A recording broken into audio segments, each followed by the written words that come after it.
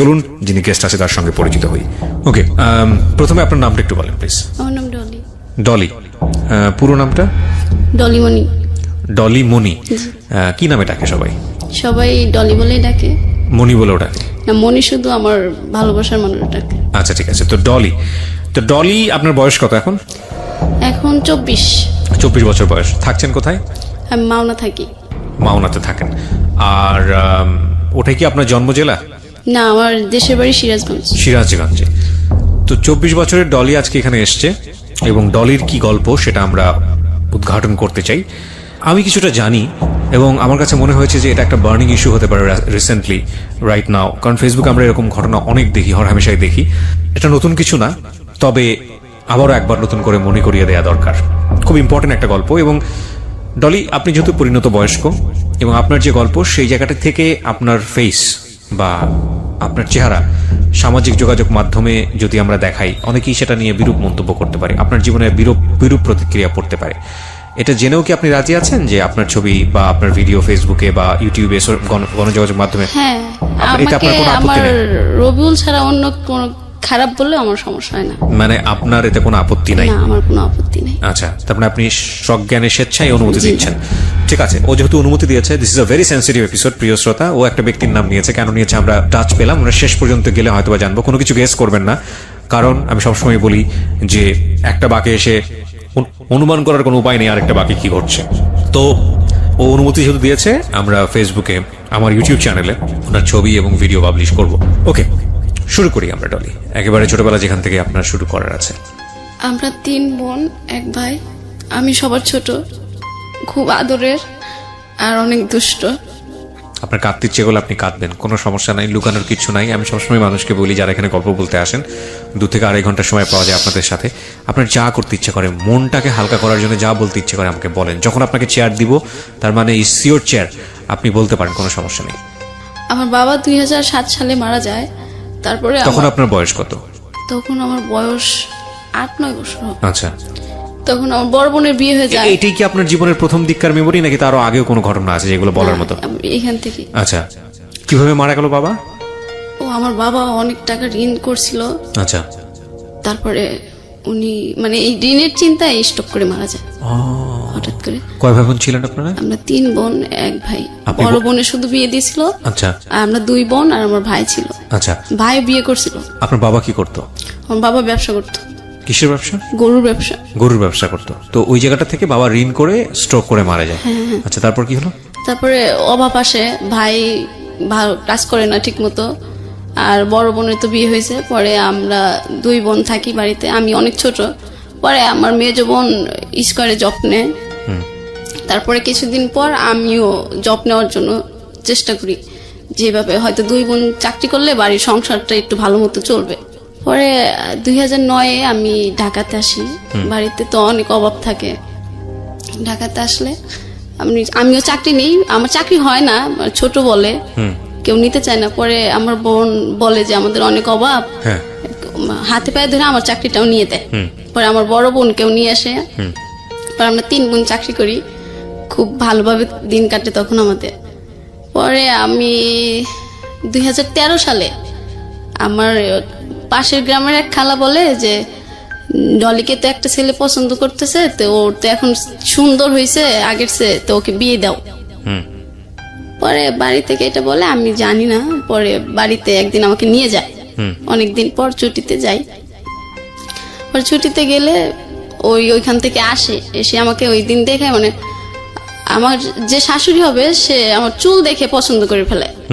পরে ওই দিন পাকা টাকা করে ফেলায় যে আমার ছেলে যদি বিয়ে করে এই মেয়েকে বিয়ে করবে। আচ্ছা, পরে উনি বাইরে থাকতো। পরে বাইরে থাকতে ওরকম কথা মতো হইতো। পরে সবকিছু ঠিকঠাক হইলো, আমি চলে আসলাম। পরে আমি বললাম না, আমি এখন বিয়ে করব না, আমি আরো কিছুদিন চাকরি করব। পরে আমার বড় আপু প্রেম করে বিয়ে করে থাকে, এর জন্য এখন আমি সিরিয়ালে থাকি। পরে আমাকে বিয়ে দিয়েবেই। আচ্ছা, আমার মা কথা দিয়ে দেয় যে আমি যদি বেঁচে থাকি তাহলে আপনার ছেলের সাথে আমার মেয়ে বিয়ে দেবো। ছেলে দেশের বাইরে থাকে? হ্যাঁ, দেশের বাইরে থাকে। পরে আমাকে বাড়িতে নিয়ে এসে ওই ছেলেদের বাড়িতে বেড়াইতে নিয়ে যায়, আমরা দেখতে যাব। পরে ওইখানে নিয়ে আমাকে কাবিন করে ফেলায়। আপনি ছেলেকে তখন দেখেন? না, আমিও দেখিনি। ছেলেটা কোথায় আছে? দেশের বাইরে? মালয়েশিয়াতে। মালয়েশিয়াতে। আচ্ছা, পরে কাবিন করে ফেলায়। পরে আমি আমাদের বাড়িতে চলে আসার পরে আমি ঢাকা চলে আসি তারপরের দিন, যে তোমরা ওকে জোর করে বিয়ে দিছো কেন।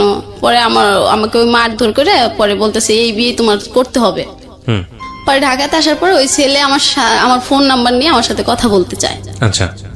পরে কথা বললে আমি ওকে বলি যে দেখেন আমাকে বিয়ে করেন না, আমি এখন বিয়ে করব না, আমি আরো অনেক দেরিতে বিয়ে করব। পরে বলে না, আমার বাড়ি থেকে মা পছন্দ করছে, আমি তোমাকেই বিয়ে করব। পরে 14 সালে চলে আসে। চলে আসলে পরে বিয়ে করে আমাকে নিয়ে যায়। পরে 2 মাস থাকে, থাকার পরে চলে যায়। পরে আমি বলি যে আপনি চলে গেছেন এরকম করে ফ্যামিলিতে, আমরা গরিব, ওরাও মানে ধনী ছিল, তো আমাদের বাড়ি থেকে বেশি টাকা দিতে পারে নাই, 1,20,000 টাকা দিছিল। এটা বলে আমার শাশুড়ি বলে আমার বাড়ির সাথে আমার চেহারা মেলে না, ফকিরের মতো দেখা যায়। কে বলে এটা? আমার শাশুড়ি। আচ্ছা। এরকম কথা সবসময় বলে। আর ওই বাড়িতে কিছু হারাইলেই বলে যে এই বউ চুরি করে বাপের বাড়ি দিয়ে আইছে। তখন আপনার জামাইয়ের সঙ্গে দেখা হয়নি? আপনি না, জামাই আইছে। আচ্ছা, আসার পরে আমাকে কি তো কথা রেখেই চলে গেল আবার। না, কিন্তু আসার পরে কি কথাবার্তা হলো, কেমন লাগলো জামাইয়ের সাথে? না, আমি ওনার সাথে তখন আমার ভালো কথা সম্পর্ক হয় নাই, কারণ আমি তো ওনাকে বিয়ে করবই না। আচ্ছা। আর ওনার অনেক বয়স ছিল হ্যাঁ। তখন ওনার বয়স ছিল 32 বছর। তখন আপনার বয়স কত তখন? আমার বয়স ছিল তখন মনে হয় 20 এরকম হবে। কেমন বিষয়? আপনার কত সালে বিয়ে হয়েছে আপনার? 14 সালে। 14 সালে, আজকে হচ্ছে 19। ওইরকমই বলা চলে। হ্যাঁ, পরিণত বয়সী তো ছিলেন মোটামুটি। আচ্ছা। কিন্তু আমি তো ওনাকে বিয়ে করবো না আমি বলছিলাম, তারপরে উনি বিয়ে করছে কেন? সেটা তো উনি দায়ী না, আমার মনে হয় আপনার মাও অনেকখানি দায়ী। হ্যাঁ, মা তো কথা দিয়ে দিছে, পরে আমি তো ওনাকে না করছি। আচ্ছা। আমাকে বিয়ে করেন না, আপনি নিষেধ করলেই হবে। আচ্ছা আচ্ছা আচ্ছা। পরে উনি চলে যায়, এরকম কথা বলে।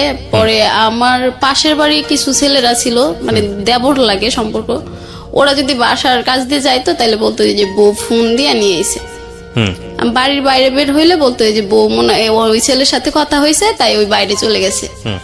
এরকম নানান কথা। আমার দেবর ছিল একটা, ও আমাকে মারধর করতো, এত ছেলেদের সাথে কিসের কথা, বাড়ির বাইরে কিসের বের হনো।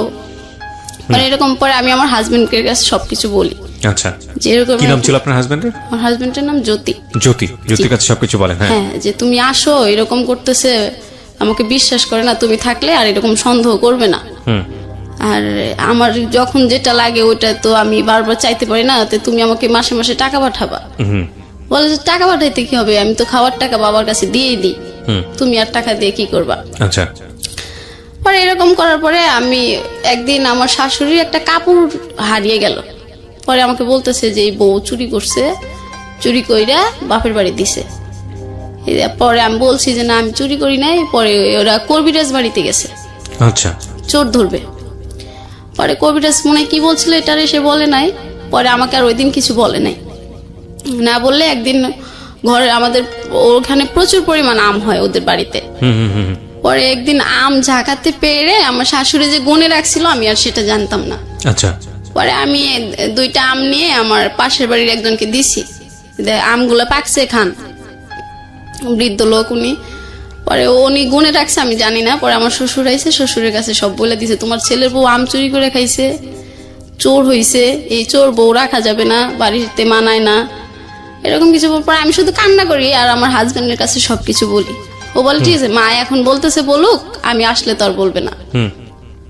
আচ্ছা, ওই দিনও গেল। পরে একদিন গরুর মাংস রান্না করব। পরে গরুর মাংস আমার শাশুড়ি কেটে পিস গুনে রাখছে যে এখানে এত পিস মাংস আছে। আচ্ছা। আমি রান্না করার সময় মানে তরকারিতে লবণ হয়েছে কিনা এটা টেস্ট করার জন্য 1 পিস মাংস খাইছিলাম। সেটা আমাকে না জিজ্ঞাসা করে আমার শ্বশুরের কাছে বিচার দিতেছে। আর আমার একটা চাচি শ্বশুর ছিল, ওনাকে ডেকে এনে দেখাইতেছে, দেখো বউ না মাংস চুরি করে খাইছে। এটা সারা গ্রামের লোক যখন জেনে গেল তখন আমি ওই বাড়ি থেকে চলে আসলাম। আর তখন ডিসিশন নিয়ে নিছি যে একটা মাংসর জন্য যে সারা গ্রাম ছড়াইতে পারে এরকম বাড়িতে আমি থাকবো না। আমার হাজবেন্ডের কাছেও বলি, ও বলে যে তুমি খাইছো কেন? ওহো। মা ভাগ করে দেওয়ার পরে তুমি খাইতা। পরে আমি বাড়িতে জানাই, আর বাড়ি থেকেই সবকিছু দিত মা। আচ্ছা। শ্যাম্পু টেম্পু যা কিছু লাগতো, মানে প্রয়োজনীয় সামগ্রী যা লাগতো সব বাড়ি থেকে দিত। হ্যাঁ, ওকে। পরে আমি বলতাম যে আমার যদি সবকিছু বাড়ি থেকেই দেওয়া হয় তাহলে আমি বাড়িতেই থাকি, উনি যখন আসে তখন যাব। পরে ওইখানে চলে আসার পরে ও একদিন ফোন দিয়ে, আমার ফোন বিজি পাইছিল মনে হয় আমার হাজবেন্ড। পরে বলতেছে যে আমি তোমাকে আর রাখবো না, তুমি অন্য ছেলেদের সাথে সম্পর্ক করো, এই জন্য বাড়ি থেকে চলে গেছো। বিয়ের কয়দিনের মাথায় এই ঘটনা? উনি থাকতো আমার কাছে 2 মাস থাকার পরে আমি ওইখানে থাকছিলাম মনে হয় 5-6 মাস। আচ্ছা, তো এই সময়ের মধ্যেই ঘটনা। হ্যাঁ, হ্যাঁ, হ্যাঁ। তারপর পরে তো আমি চলে এসে ডিসিশন দিলাম যে আমি ডিভোর্স দিয়ে দেবো। আমার মা বাবা সবাইকে, পরে কেউ রাজি হয় না যে না ডিভোর্স দেওয়া যাবে। পরে আমি বলছি তাহলে আমি সুসাইড করবো, ওই বাড়িতে যদি আমার যাইতেই হয় তাহলে আমি সুসাইড করবো। এটা বলার পরে তখন সবাই ডিসিশন নিল যে আচ্ছা ঠিক আছে, মেয়ে যখন এই বাড়িতে থাকবে না তাহলে ঠিক আছে ডিভোর্স দিয়ে দাও। পরে আমার কাবিনে আমরা যৌতুক দিছিলাম 1,20,000 টাকা। পরে সেই টাকা নিয়ে আবার এমন সৃষ্টি হয় যে আমরা এত টাকা দিতে পারবো না, আমরা 80,000 টাকা দেবো। আচ্ছা, পরে ওই আমাদের এলাকার সবাই বসে বলছে যে না ওরা যে এত টাকা দিছে সব টাকা দিতে হবে। ওকে। পরে সব টাকা দিয়ে দেয়, আমি ডিভোর্স দিয়ে দিই। টাকাগুলো আপনাদেরকে দিয়ে দেয়? হ্যাঁ, আমাদের টাকা আমাকে দিয়ে দেয়, ব্যাগ দিয়ে দেয়। হ্যাঁ। পরে ওইখান থেকে ওই ডিভোর্স দেওয়ার পরের দিনই আমি ঢাকাতে চলে আসি, মাওনাতে। মানে এটা কি প্ল্যান ছিল নাকি এমনিতেই চলে আসলেন? না, এমনিতে এখন গ্রামের লোক নানান কথা বলবে। ও, কথা থেকে বাঁচার জন্য। হ্যাঁ, তো মাওনা থেকে ছিল? মাওনাতে ছিল আমার একটা বোন আর আমার একটা ফ্রেন্ড। পরে আমি ওইখানে যাই, ওইখানে গেলে আমি একটা চাকরি, ওইখানে স্কোয়ারে চাকরি নিই। নেওয়ার পরে ওইখানে স্কয়ার টেক্সটাইলে? হ্যাঁ, হ্যাঁ, বেশ সুন্দর দিন কাটতেছে ওইখানেও। মানে আমি এত চঞ্চল একটা মেয়ে, ওই শ্বশুর বাড়িতে থাকার পরে আমি কিছুদিন অফ হয়ে গেছিলাম, আর ওরকম দুষ্টামি করা যায় না। পরে এখানে আসার পরে আবার সবকিছু আমার আগের মতোই হয়ে গেল। দুষ্টমি, চঞ্চলি, ঘোরাফেরা। ওরা তো মহান খুশি, একটা ভালো বন্ধু পাইলো। আচ্ছা, আর দুঃখ থাকবে না ওদের কারো। জি। পরে এই করতে করতে তখন আমি 16 সালে যাই। 17 সালে আমি আমার আপুর ওই ফ্রেন্ডের সাথে ওই আমার ওই রবিউল নামের একটা ছেলের ছবি দেখি, আচ্ছা, ফেসবুক। আচ্ছা। পরে আমার ভীষণ ভালো লাগে ওই ছবি দেখার পর। পরে আমি বলতেছি আপু এই ছেলেটারে না আমার খুব ভালো লাগছে। পরে আপু বলতেছে প্রেম করবি? আমি বলছি হ। পরে বলতেছে আচ্ছা ঠিক আছে, মিঠুর কাছে বলে ওই ছেলের নাম। আপুটা কে ছিল? আমার আপু। আপন? হ্যাঁ। আচ্ছা। পরে বলতেছে তুই প্রেম করবি? আমি বলছি হ্যাঁ। পরে বলতেছে আচ্ছা আর মিঠুর কাছে বলে নাম্বার নিয়ে দেবো না। পরে মিঠু ভাই বলতেছে যে ওর নাম্বার তো আমি এখন দিতে পারবো না, তুই ওর আইডি নাম্বার। মিঠু ভাইটাকে? ওই ছেলের ফ্রেন্ড। তো মিঠু ভাইয়ের সঙ্গে আপনার বোনের কি সম্পর্ক? আমার বোনকে পছন্দ করতো ওই ছেলে। মিঠু? হ্যাঁ। আচ্ছা, তো তার বন্ধু হচ্ছে এই রবিউল? হ্যাঁ। ওকে, তো মিঠুর সাথে আপনার বোনের সম্পর্ক তখনও ছিল না? তাহলে কথা বলতো ফোনে, মানে আচ্ছা। আমার আপুকে ভালোবাসতো, আপু ভালোবাসতো না। ওকে, ঠিক আছে। তারপরে আমি ওর আইডি নাম্বারটা নিয়ে মেসেঞ্জারে কিছুদিন কথা বলি, অনেক কয়দিন। ও ওর নাম্বারটা দিতে চাচ্ছে না। পরে একদিন আমি মেসেঞ্জারে ফোন দিই। পরে আমি বলি আচ্ছা আপনি কি সমস্যা, আপনি কথা বলতে চান না কেন? পরে বলে যে না আমি যদি প্রেম করি তাহলে তো টাকা লাগবে, আমি তো কোনো কাজ করি না, এই জন্য আমি কারোর সাথে প্রেম করি না। আমি বলছি কেন, প্রেমের চেক টেক খাইছেন নাকি? পরে কয় হ্যাঁ একটা মেয়েকে ভালোবাসতাম, ওই মেয়ের বিয়ে হয়ে গেছে, এরপরে আর প্রেম করি না, আর প্রেম করতে তো টাকা লাগে। পরে আমি বললাম যে ঠিক আছে তাইলে তুমি আমার বয়ফ্রেন্ড হও, আমি তোমার গার্লফ্রেন্ড হই। কয় না এটা হবে না, আমি তোমার গার্লফ্রেন্ড হই, তুমি আমার বয়ফ্রেন্ড হও। মানে আমি টাকা পয়সা খরচ করার? হ্যাঁ হ্যাঁ, মানে বয়ফ্রেন্ড হইলে আমি টাকা খরচ করবো আর ও তোমার গার্লফ্রেন্ড থাকবে। পরে আমি বললাম আচ্ছা ঠিক আছে, আমার তো তোমাকে ভালো লাগছে, তাহলে ঠিক আছে তুমি কিন্তু আজকের থেকে আমার গার্লফ্রেন্ড। পরে বলছে ঠিক আছে। এভাবে 17 সাল থেকে আমরা প্রেম করতেছি। পরে রোজার ঈদ আসলো, ওকে বললাম যে আচ্ছা আমরা কি দেখা করতে পারি? পরে বলতেছে হ্যাঁ দেখা তো করা যায়, কিন্তু যে দেখা করতে তো অনেক খরচ হবে। আমি তো তোমাকে বলছি আমার কাছে টাকা পয়সা থাকে না, বাড়ি থেকে যদি টাকা দেয় তাহলে আমি ঘুরতে পারি, নাইলে নাই। পরে আমি বলছি যে তুমি চিন্তা করো কেন, তুমি তো আমার গার্লফ্রেন্ড, আমি তো তোমার টাকা খরচ করতে দেবো না। পরে বলছে ঠিক আছে তাইলে মিঠু ভাইয়ের কাছে বলি, যদি ভাই বলে তাহলে দেখা করব।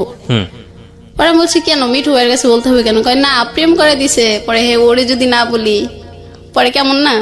পরে আমি বলছি আচ্ছা ঠিক আছে। পরে আমি বাড়িতে যাই, পরে বলতেছে না আমরা এইবার দেখা করব না, আমরা কুরবানি ঈদের পরে দেখা করব। পরে বলছে আচ্ছা ঠিক আছে।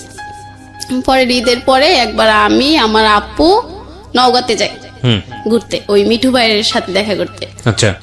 পরে মিঠু ভাইয়ের সাথে দেখা করতে ও ওইখানে থাকে। পরে আমার আপু থাকে। পরে আমরা 4 জন একটা রিক্সা করে একটা পার্কে যাই। আচ্ছা। পরে ওই দিন আর কোনো কথা হয় নাই ওর সাথে, আপু ছিল, মিঠু ভাই ছিল, শুধু এতটুকু কথা হয়েছে বিএন কি আজকে বিএনের কি শরীর খারাপ, এইটুকু কথা বললো। ও পরে ওর ফ্রেন্ডদের সাথে চলে গেছে, আমি আমার আপু আর মিঠু ভাই চলে আসি, হুম আমাদের গাড়িতে উঠে দিয়েছে, পরে চলে আসি। পরে আসার পর ওই দিনকে দেখার পর থেকে প্রেমটা আরো গভীর হয়ে গেল। হুম মানে ও আমাকে সামনাসামনি দেখছে, আমিও সামনাসামনি দেখছি। আচ্ছা পরে তো মানে কন্টিনিউ কথা হচ্ছেই, ঘুম নাই, কারো খাওয়া নাই, হুম শুধু কথা আর কথাই কথা। আমি কিন্তু ফোন দিয়ে দেখ সবসময় কথা বলি। পরে ও একদিন আমার মর্নিং ডিউটি থাকে, পরে আমার ডিউটি শেষ হয় 2টা বাজে। হুম ও পরে মানে ফোন দিচ্ছে, আমি অফিস থেকে একটু দেরি করে আইছি, ফোন রুমে রেখে গেছিলাম, পাগল জি। হয়ে গেছে আমার সাথে কথা বলার জন্য। ওকে ওকে ওকে পরে আমার একটা ফ্রেন্ড ছিল, ও ধরছে, পরে বলতেছে যে আপু একটু ডলিমনির কাছে দিয়া যাবে। বলতেছে ও তো এখনো আসে নাই, প্লিজ আপু আপনি জান আমি 8 ঘন্টা ওর সাথে কথা বলি না, আমার খুব খারাপ লাগতেছে। হুম পরে আমার ওই ফ্রেন্ডটা আমার কাছে ফোন নিয়ে যায়, আচ্ছা অফিসে নিয়ে যায়, যে তুই এখন আসতেছিস না, তোর রবিউল তো পাগল হয়ে গেছে তোর জন্য। হুম পরে আমি ওইখান থেকে কথা বলতে বলতে রুমে আসি, আসার পরে আবার সে কথা বলতে বলতে আবার সকাল হয়ে যায়, আচ্ছা আমরা কথা বলতেই থাকি।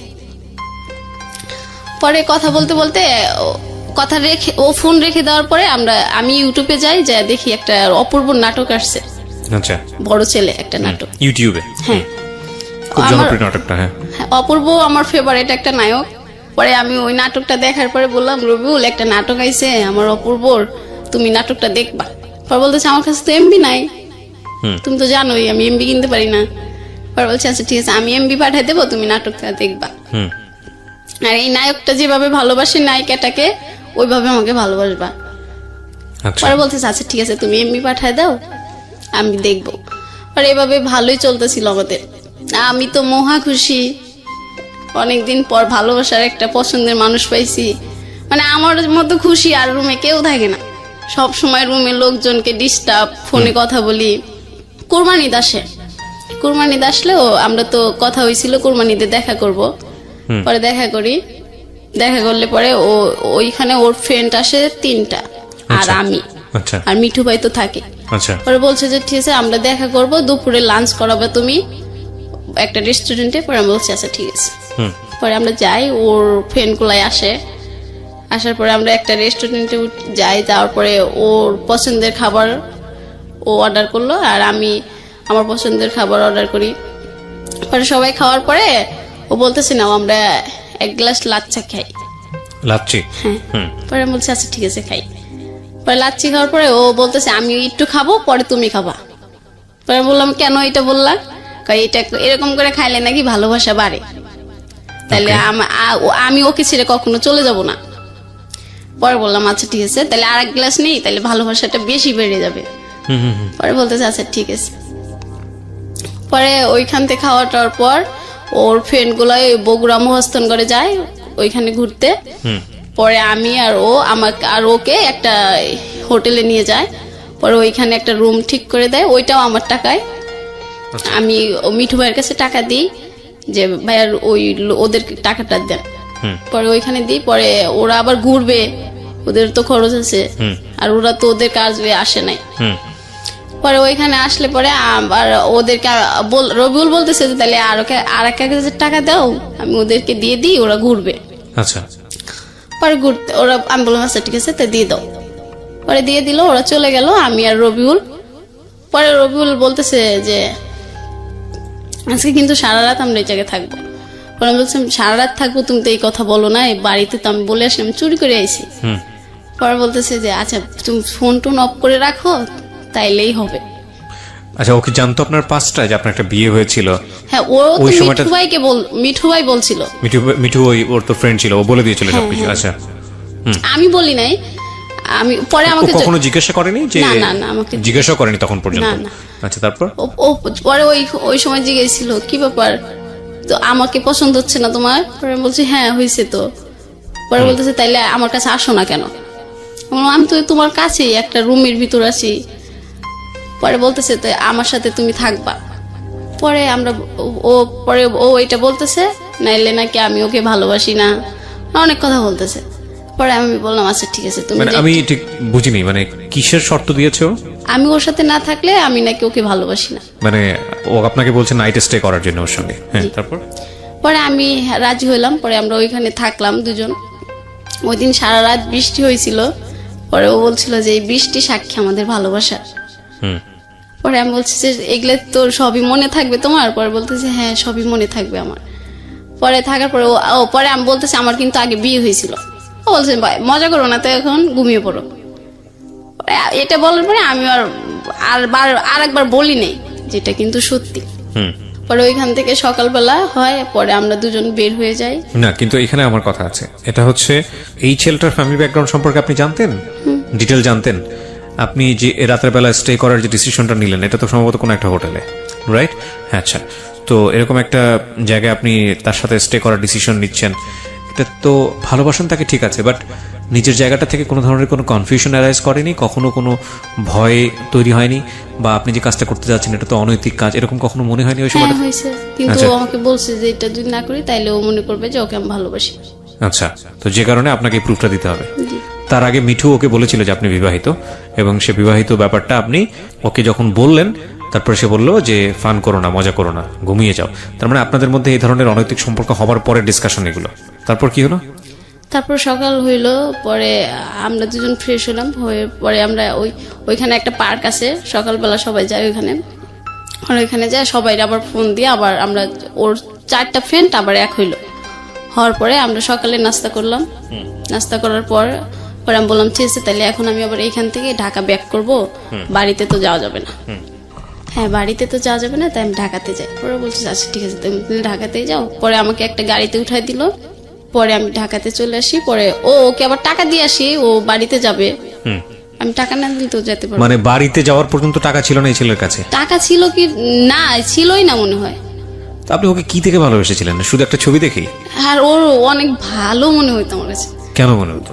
কেন হইতো, ও সবসময় আমি যদি কিছু মিথ্যে কথা বলি ও সব বলতো পচা কথা বলতে হয় না, পচা কথা বললে আমাদের ভালোবাসাটা মনে হয় শেষ হয়ে যাবে। মানে অদ্ভুত বিষয়, একটা ছেলের আপনি ছবি দেখলেন, তাকে পছন্দ করলেন, তার সাথে আপনি ফার্স্ট মিটে আপনি ধরনের একটা সম্পর্ক করে ফেললেন। না, আমাদের তো আগে দেখা হয়েছিল।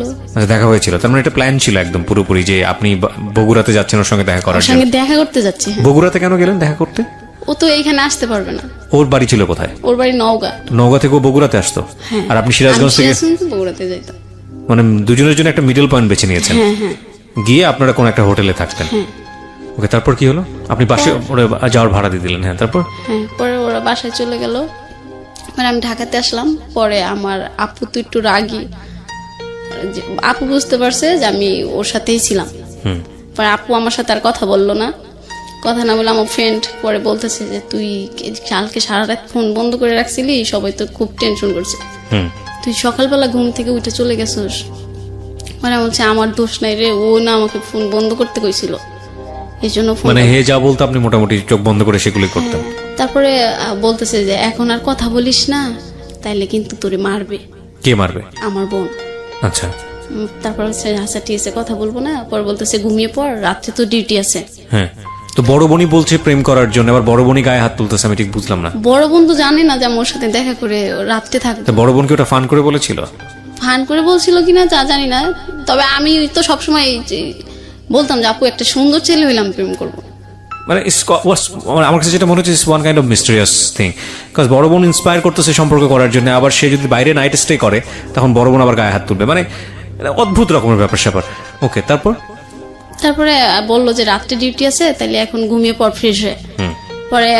পরে আমি আবার বললাম আচ্ছা ঠিক আছে ঘুমাই, আপুর কাছে যাই একবার। বড় আপুর কাছে? এটা আপনাকে কে বলছে ঘুমিয়ে পড়ার কথা? আমার ফ্রেন্ড বলতেছে। ফ্রেন্ডের সঙ্গে থাকতেন আপনি? ও একই জায়গায় চাকরি করতেন? আমরা এক রুমে 6 জন থাকি, আমরা রুমমেট। ও 6 জন থেকে আপনারা গার্মেন্টসে কাজটা করতেন? হ্যাঁ হ্যাঁ। মানে সবাই একসাথে? প্রত্যেকটা রুমে 6-7 জন করে থাকে, সবাই একই গার্মেন্টসে কাজ করতেন? হ্যাঁ হ্যাঁ হ্যাঁ। আচ্ছা, ঠিক আছে, তারপর? পরে আমি বলতেছি না, আপু মন খারাপ থাকলে আমার ভালো লাগে না, যাই। তারপরে আমি আপুর কাছে যাই।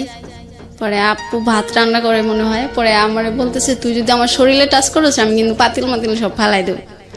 পরে আমি বলতেছি আপু আচ্ছা আর কোথাও যাবো, কিন্তু ফোন অফ করবো না, যাও, তোমাদের আর টেনশন দেবো না। পরে কইতেছে এবারের মতোই শেষ তো? পরে বললাম হ্যাঁ এবারের মতোই শেষ। পরে বলতেছে আচ্ছা তাহলে যা, খাবার খায় ঘুমিয়ে পড়। পরে আপু যখন ক্ষমা করে দিল তাইলে তো আমি আরো খুশি। পরে রুমে আসলাম, রুমে এসে ঘুমাইলাম না, রবিউলের সাথে আবার কথা বললাম। পরে ও বলতেছে কেউ কিছু বলছে, বলছি যে হ্যাঁ আপু একটু রাগ করছিল, এখন আপুর রাগটা কমছে। হুম। পরে বলতেছে ঠিক আছে তাইলে তুমি এখন ঘুমাও, তোমার তো রাত্রে অফিস আছে, আমিও ঘুমিয়ে পড়বো। পরে বললাম আচ্ছা ঠিক আছে তাইলে ঘুমাও। পরে ও আবার রাত্রে কথা বলতে পারতো না, হুম। ওর ফ্যামিলি পাশের রুমে ওর মা থাকতো, খুব চুরি করে কথা বলতে হতো। পরে আমি সকালবেলা আবার অফিস থেকে আসলাম, অফিস থেকে আসার পর আবার কথা শুরু করে দিলাম। মানে এইভাবে কথা বলতে বলতে দেখা যেত যে আমার বেতনের টাকা পুরো শেষ হয়ে যেত। আচ্ছা, তারপর আপনি কথা বলেই যাচ্ছেন। হ্যাঁ, তারপর আমি কথা আমার ফ্রেন্ডের কাছে বলতাম যে দেখ এই মাসে কিন্তু আমার টাকা শর্ট পড়ে যাবে, তুই কিন্তু টাকা দিবি। হুম। পরে ও বলতেছে ঠিক আছে তুই কথা বলগা যা। হুম। পরে বাড়িতে টাকা দিতে পারতাম না, মা বলতো কি ব্যাপার, আমার মেয়ে তো এরকম না, আর যাই কিছু করুক আমার মেয়ে তো আমাকে টাকা পাঠায় প্রতি মাসের 1 তারিখ হইলে, আচ্ছা। এখন টাকা পাঠাও না কেন? পরে বলতেছি মা এখন না একটু সমস্যা হয়েছে, আমার খালি মজা খাইতে ইচ্ছা করে, আমি দোকানে অনেক টাকা ঋণ করে ফেলাই, এই জন্য আমি টাকা দিতে পারতেছি না। আচ্ছা ঠিক আছে মা, সামনের মাস থেকে আমি তোমাকে দিয়ে দেবো, যাও। মিথ্যা কথা বলতেন? হ্যাঁ। পরে মিথ্যে কথা বললাম, মা পরে মনে করলো যে এইটাই মনে হয় ঠিক, হুম। আমার মেয়ে তো মিথ্যে কথা বলে না, কিন্তু মা তো আর জানে না আমি প্রেমে পড়ছি। হুম। পরে আবার রবিউল আমাকে ফোন দিয়ে বলল যে তুমি কি আমার সাথে আবার দেখা করতে পারবা? পরে বলছি যে এখন সেদিনকে তোমার সাথে দেখা করে আসলাম, আবার এখন যাব, আমার কাছে তো এখন আর স্যালারি তো হয়ে গেছে, সেই 1 তারিখে হবে, আর কিছুদিন পরে দেখা করি, তাহলে হাতে বেশি টাকা হবে, তখন দেখা করে আসবো, আর তোমার পছন্দের খাবারগুলো কিনে নিয়ে যেতে পারবো। পরে বলতেছে না আমার পছন্দের খাবার কিনতে হবে না, তুমি আসলে। পরে আমি বলছি না তুমি ওই দিনকে আমাকে বলছো তোমার কালো আঙ্গুর পছন্দ, আমি এবার গেলে পরে অনেকগুলো আঙ্গুর কিনে দিয়ে আসবো, তুমি বাড়িতে নিয়ে খাবা। পরে বলতেছে তুমি আসবা কি আসবা না, আমি তোমার কাছে আঙ্গুর চাইছি? পরে আমি বলছি আচ্ছা ঠিক আছে আসবো। পরে বলতেছে তোমার অমুক দিন এই টাইমে চলে আসতে হবে। মানে তখন কমেন্ট করছে আসলে? হ্যাঁ। পরে আমি বললাম যে আচ্ছা ঠিক আছে। পরে আমি আমাদের এলাকায় যাই, যাওয়ার পরে আমার এক কাকি থাকে, ওর কাছ থেকে আমি লাভের উপর টাকা নিই। মানে সুদে টাকা নেন? হ্যাঁ হ্যাঁ, সুদে টাকা নেন বয়ফ্রেন্ডের সঙ্গে দেখা করার হ্যাঁ, জন্য? আমার তো তখন স্যালারি তো 30 তারিখ 31 তারিখে হবে। জীবনে কত স্টোরি যে আমাকে শুনতে হবে। ওকে ফাইন, বলেন তারপর। পরে আমি তো চাচিরে বলি যে চাচি আমার তো টাকার দরকার। পরে বলতেছি টাকা দিয়ে তুই কি করবি, তোর তো কদিন পর বেতন হবেই। পরে বলতেছি না বেতনের এবার ব্যাংকে কি যেন হয়েছে মনে হয় নেটের সমস্যা হবে। কয় কি জানি আমার ছেলে তো উঠায় ব্যাংকে, তো কোনো নেটের সমস্যা হয় না, তোর খালি সমস্যা হয়। পরে আমি বললাম তুমি দিবা 6,000 টাকা? পরে বলতেছে যা নিয়ে যা। আপনার স্যালারি কত ছিল এই সময়? আমি যখন রবিউলের সাথে সম্পর্ক করতাম যে সময় আপনি ঋণ নিতেছেন? হ্যাঁ হ্যাঁ, তখন আমার স্যালারি ছিল 7,000 টাকা। তো আপনি 6,000 টাকা ঋণ নিলেন? 6,000 টাকা নিলাম, মাসে 1 তারিখ হইলে আবার 6,000 টাকা লাভ দিতে হবে, আবার ওই 600 টাকা লাভ দিতে হবে, আর 6,000 টাকা ফেরত দিতে হবে। আপনার চিন্তাও হয়নি যে মাস কিভাবে না, চলবে? আমি তো খুব খুশি রবিউলের সাথে দেখা হবে। ও যে খুশি খুশি মন নিয়ে বলছে না, এটা আপনাদের একটু দেখা উচিত ওকে, যে মানুষ কি হতে পারে মানে প্রেমে পড়লে। এটাকে প্রেম বলবো না কি বলে এটাকে আমি ঠিক জানি না। যাই হোক, আমার বলার জায়গাটা অনেক পরে আসবে। তবে আপনারা যদি ভিডিওটা দেখতে চান, আপনারা আমার পার্সোনাল ইউটিউব চ্যানেল আছে, সেখানে আসবেন www.youtube.com/RJKebriafm, RJKEBRIAFM, গিয়ে চ্যানেলটিতে আপনি সাবস্ক্রাইব করবেন। ওনার ভিডিও আমি দিয়ে দিয়েছি। ওকে বলেন তারপর। পরে আমি টাকা নিয়ে ওইখান থেকে আবার আমার ভাইয়ের মেয়ের সাথে দেখা হয়। পরে বলতেছে তুমি বাড়িতে না যে এখানে কি করতেছো, যারাও দাদির কাছে গোয়া দি তুমি বাড়িতে আইসো। আমি বলতেছি ও কিয়া তোমাকে আমি টাকা দেবো, কিন্তু মার কাছে বললো না আমি বাড়িতে আইসি। পরে কইতেছে তাহলে ঘরে বাড়িতে আসো। পরে আমি বাড়িতে যাই, শুধু 1 গ্লাস পানি খাই আবার চলে আসে, যে মা আসলে তো আমাকে আর যেতে দেবে না, মা না আসার আগে আমার পলাইতে হবে। মা নানির বাড়ি ছিল। পরে আমি ওইখান থেকে টাকা 6,000 নিয়ে চলে আসি। আচ্ছা। আবার সিরাজগঞ্জ আসি ওইখান থেকে বগুড়াতে যাওয়ার জন্য। আচ্ছা। পরে ওর জন্য অনেক কিছু কিনি, আপেল কিনি, কালো আঙ্গুর গুলো কিনি, তারপর কমলা থাকে। পরে ও সিগারেট খাইতো না, সেন্টার ফুড খাইতো, আমি ওগুলা কিনে নিই অনেকগুলো। পরে ও টক খাইতে পছন্দ করে, আমি ওই যে বার্মির আচার গুলো থাকে ওগুলা অনেকগুলো কিনে নিয়ে যাই। আমি সিরাজগঞ্জ থেকে কিনি, কারণ ওর সামনে গেলে যদি না কিনতে দেয়। আচ্ছা। এই জন্য আমি ওইখান থেকে কিনে নিয়ে যাই। পরে ও আমার জন্য ওইখানে দাঁড়া থাকে, আবার সেই মিঠু ভাইকে নিয়ে আসে। পরে আর বলতেছে যে চলো আমরা আজকে 3 জন একসাথে ঘুরবো একটা রিস্কে। পরে আমি বললাম আচ্ছা ঠিক আছে চলো। পরে এগুলা দেখে মিঠু ভাই বলতেছে তুই কি প্রেমে পড়ছোস না কি করছোস? আমি কই কেন? কই তুই তো দেখতেছোস এখন সবকিছু ওকে দিয়ে দিবি। আর আমি বলছি না, ওকে সবকিছু চাই নাকি যে ওকে সবকিছু দিয়ে দেবো। পরে কইতেছে আচ্ছা দে, এগুলো আমি নিয়ে ঘুরি আর খাই, তুই ওর সাথে প্রেম কর। পরে আমি বলছি ঠিক আছে তাহলে আপনি যান। পরে একটা রিস্কায় আমরা দুজন যাই, আবার ওই হোটেলটার কাছে যাই। পরে আমি বলতেছি কি ব্যাপার, এইটা তো সেই আগের বার আইছিলাম, এইটা না? কয় হ্যাঁ এইটাই। টাকা দাও তো 1500। পরে আমি বলছি টাকা কি করবা? কয় দাও, তুমি এখানে দাঁড়া থাকো, 1 লিটারের একটা পানির বোতল নাও। পরে আমি ওকে টাকা দিই, ও দাদারে ফোন দেয়, কি বলে তা তো আমি জানি না, মানে জিজ্ঞাসা করছিল যে এখানে কেমনে কি বলবো আমি, হোটেল আলাক। পরে ও রুম টুম ঠিক করে আমাকে বলতেছে আচ্ছা ঠিক আছে আসো। পরে আমি কই আমার উপরে একটা ফ্রেন্ড আছে, ও তোমাকে দেখবে। পরে আমি বলছি তুমি তো সবসময় বলো, ও আমাকে সবসময় বলতো আমি নাকি কাক পাখি, আমি কালো তো এই জন্য। পরে আমি বলছি, তুমি সবসময় আমাকে কাক পাখি বলো, এটা বলে দাও যে আমার কাক পাখি আইছে। পরে না, কয় তুমি তো এখন একটু কোকিলের মতো সুন্দর হইতেছো, এই জন্য দেখতে চাইছে। পরে আমি যাই, গেলে পরে ওর ফ্রেন্ড দেখি ওই রুম, ফ্রেন্ড না ওইখানকারই একটা লোক বিছনা টিছনা ঠিক করে দেয় ওইখানে। পরে বলতেছে আমার ফ্রেন্ডকে 200 টাকা দিয়ে দাও তো। আমি কই গেল? পরে কইতেছে যে ও কিছু কিনে নিয়ে আসুক, খাবার টাবার। পরে আমি বলছি আচ্ছা ঠিক আছে। আসলে ওইটা খাবার কেনার না, মানে ওই ছেলেটা ওই বিছনা ঠিক করে দিছে, এর জন্য ওনাকে দিতে হবে। আমি তখন বুঝতে পারলাম, ও যখন পরে আর ফ্রেন্ড খাবার নিয়ে আসলো না তখন বুঝতে পারি। পরে ও বলতেছে যে আসো এখন আজকে আমরা সারা রাত থাকবো। আমি বলছি না, তুমি তো আমাকে এটা বলো নাই, তুমি আমাকে মিথ্যে কথা বলে নিয়ে এসো কেন? আমি তোমাকে ভালোবাসি বেশি, যখন যেটা বলো বিশ্বাস করি, এর জন্য। কহে না তুমি বিশ্বাস করো সেটা তো আমি জানি। আচ্ছা ঠিক আছে, আজকে সারা রাত থাকতে হবে না, আমরা আজকে 2 ঘন্টা থাকলেই হবে। ওরা বলছে তুমি অসুস্থ, তারপরে দেখা করতে চাইছো, আমি এর জন্য আইছি, তুমি অসুস্থ দেখতে আইছি। বলতেছে না ওইটা আমি মিথ্যে কথা বলছি, আমার অসুখ না। পরে আমি বলছি আচ্ছা ঠিক আছে, আজকের থাকাই কিন্তু তোমার সাথে আমার শেষ থাকা। পরে বলতেছে তুমি এই কথা বললে কেন? পরে ও এমন অভিনয় করতেছে, মানে ও আমাকে এত ভালোবাসে যা আমি, মানে আমাকে আমার ফ্যামিলির কেউ এত ভালোবাসে না। পরে আমার স্কার্ফে পিন ছিল, ওইটা দিয়ে ও হাত কাটতে শুরু করতেছে যে তুমি যদি আমার সাথে না থাকো তাইলে কিন্তু আমি দেখো তোমার সামনে কি করি। পরে এটা দেখার পরে আমি বলছি আচ্ছা ঠিক আছে এরকম করো না, কিন্তু আজকের থাকাই কিন্তু তোমার সাথে আমার শেষ থাকা, আর কখনো বলবা না আসলে দেখা করব, কিন্তু আমরা এই ধরনের সম্পর্ক করবো না। পরে বলতেছে আচ্ছা ঠিক আছে। পরে ওইখানে থাকার পরে ওইখানে মনে 3-4 ঘন্টা থাকলাম। পরে মা আমাকে ফোন দিল যে কি ব্যাপার, তুমি নাকি বাড়িতেই ছিলা, কই গেছো? পরে আমি বলছি আমার একটা ফ্রেন্ডের বাসায় এসি, একটু দরকারে আমি আসতেছি। পরে ও বলতেছে ফোন অফ করতে বলছি না। আমি কই না আজকে ফোন অফ করবো না, আমি বাড়িতে চলে যাব, আজকে থাকবো না। পরে এটা বলার পরে বলতেছে যাও, এই যে তুমি যে চলে যাচ্ছ, এটা যাওয়ার পরে 10 বার ভাববা। পরে আমি বলছি আচ্ছা ঠিক আছে ভাববো, তুমি আমাকে গাড়িতে উঠাই দাও। পরে ওইখান থেকে নামার পরে ও বলতেছে জানো আমার না অনেক ডাব খাইতে ইচ্ছা করতেছে। পরে বলছি তো খাও, কয় টাকা দাও। পরে আমি কই ও তোমার কাছে তো টাকা নাই। পরে 2টা ডাব কিনি, ওই মিঠু ভাইয়ের দিয়ে একটা, ও খায় একটা। ও আমাকে বলে না যে তুমি খাবা। ওর বাড়ি কোথায় যেন ছিল? বাড়ি নওগাঁ। পুরো নওগাঁর দুর্নাম হয়ে যাচ্ছে আজকে, আমি সরি টু সে। ওকে। পরে আমি ওইখান থেকে গাড়িতে উঠি। পরে ও বলতেছে যে চলে যাচ্ছ? আমি কই হ্যাঁ। পরে বলতেছে চলে যাওয়ার আগে কি যেন দাও, তুমি ওইটা দিবা না? পরে বলছে ও হো সরি। আচ্ছা ঠিক আছে, তাহলে কয় টাকা দেবো? পরে বলতেছে আচ্ছা 100 টাকা দাও, তাইলে ট্রেনে যাবো আজকে, ট্রেনে বেশি টাকা লাগবে না। পরে বলছে আচ্ছা ঠিক আছে নাও। পরে বলতেছে তুমি যায় ফোন দিও, আমার ফোনে কিন্তু টাকা নেই। পরে আমি বলছি আচ্ছা ঠিক আছে, আমি বাড়িতে যাই, যদি আমি দোকান খোলা পাই তাহলে আমার ফোনেও লোড দেবো, তোমাকেও লোড দিয়ে দেবো। পরে বলছে আচ্ছা ঠিক আছে যাও। পরে ওইখান থেকে আসার পরে বাড়িতে আসলাম, মা তো সেই রকম মানে বকা রেডি করে বসে আছে, মানে আমি আসা মাত্রই শুরু করবে। পরে আমি একটা বাড়িতে আসতে আসতে আমার ওই দিনকার রাত 9টা-10টা বেজে যায়।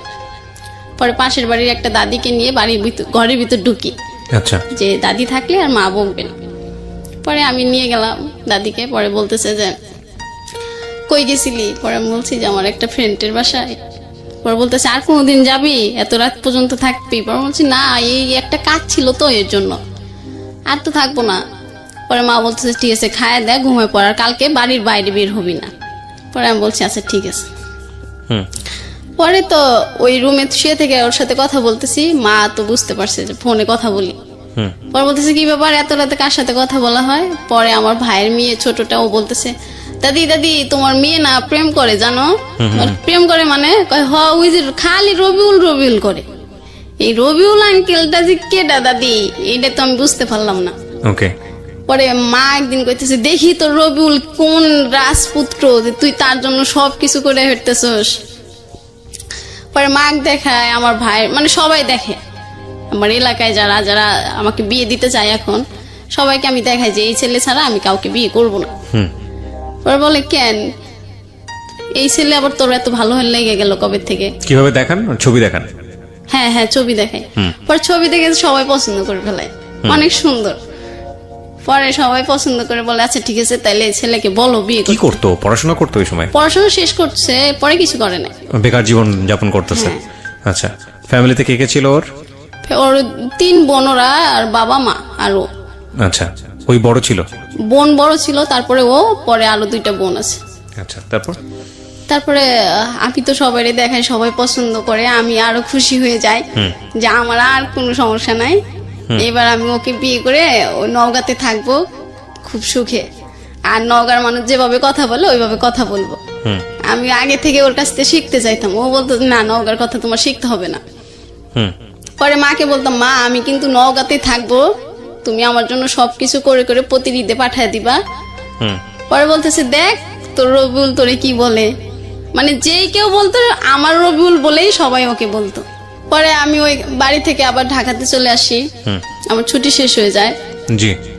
ঢাকাতে আসার পরে আমার ফ্রেন্ড জিজ্ঞাসা করতেছে কি প্রেম কেমন চলতেছে? আমাদের যে প্রেম তো খুব গভীর হয়েছে, এখন রবিউল আমাকে ছাড়া কিছু বোঝে না, আমিও রবিউলের ছাড়া কিছু বুঝি না। পরে আমার ফ্রেন্ড বলতেছে এই অতি ভক্তি কিন্তু চোরের লক্ষণ হয়।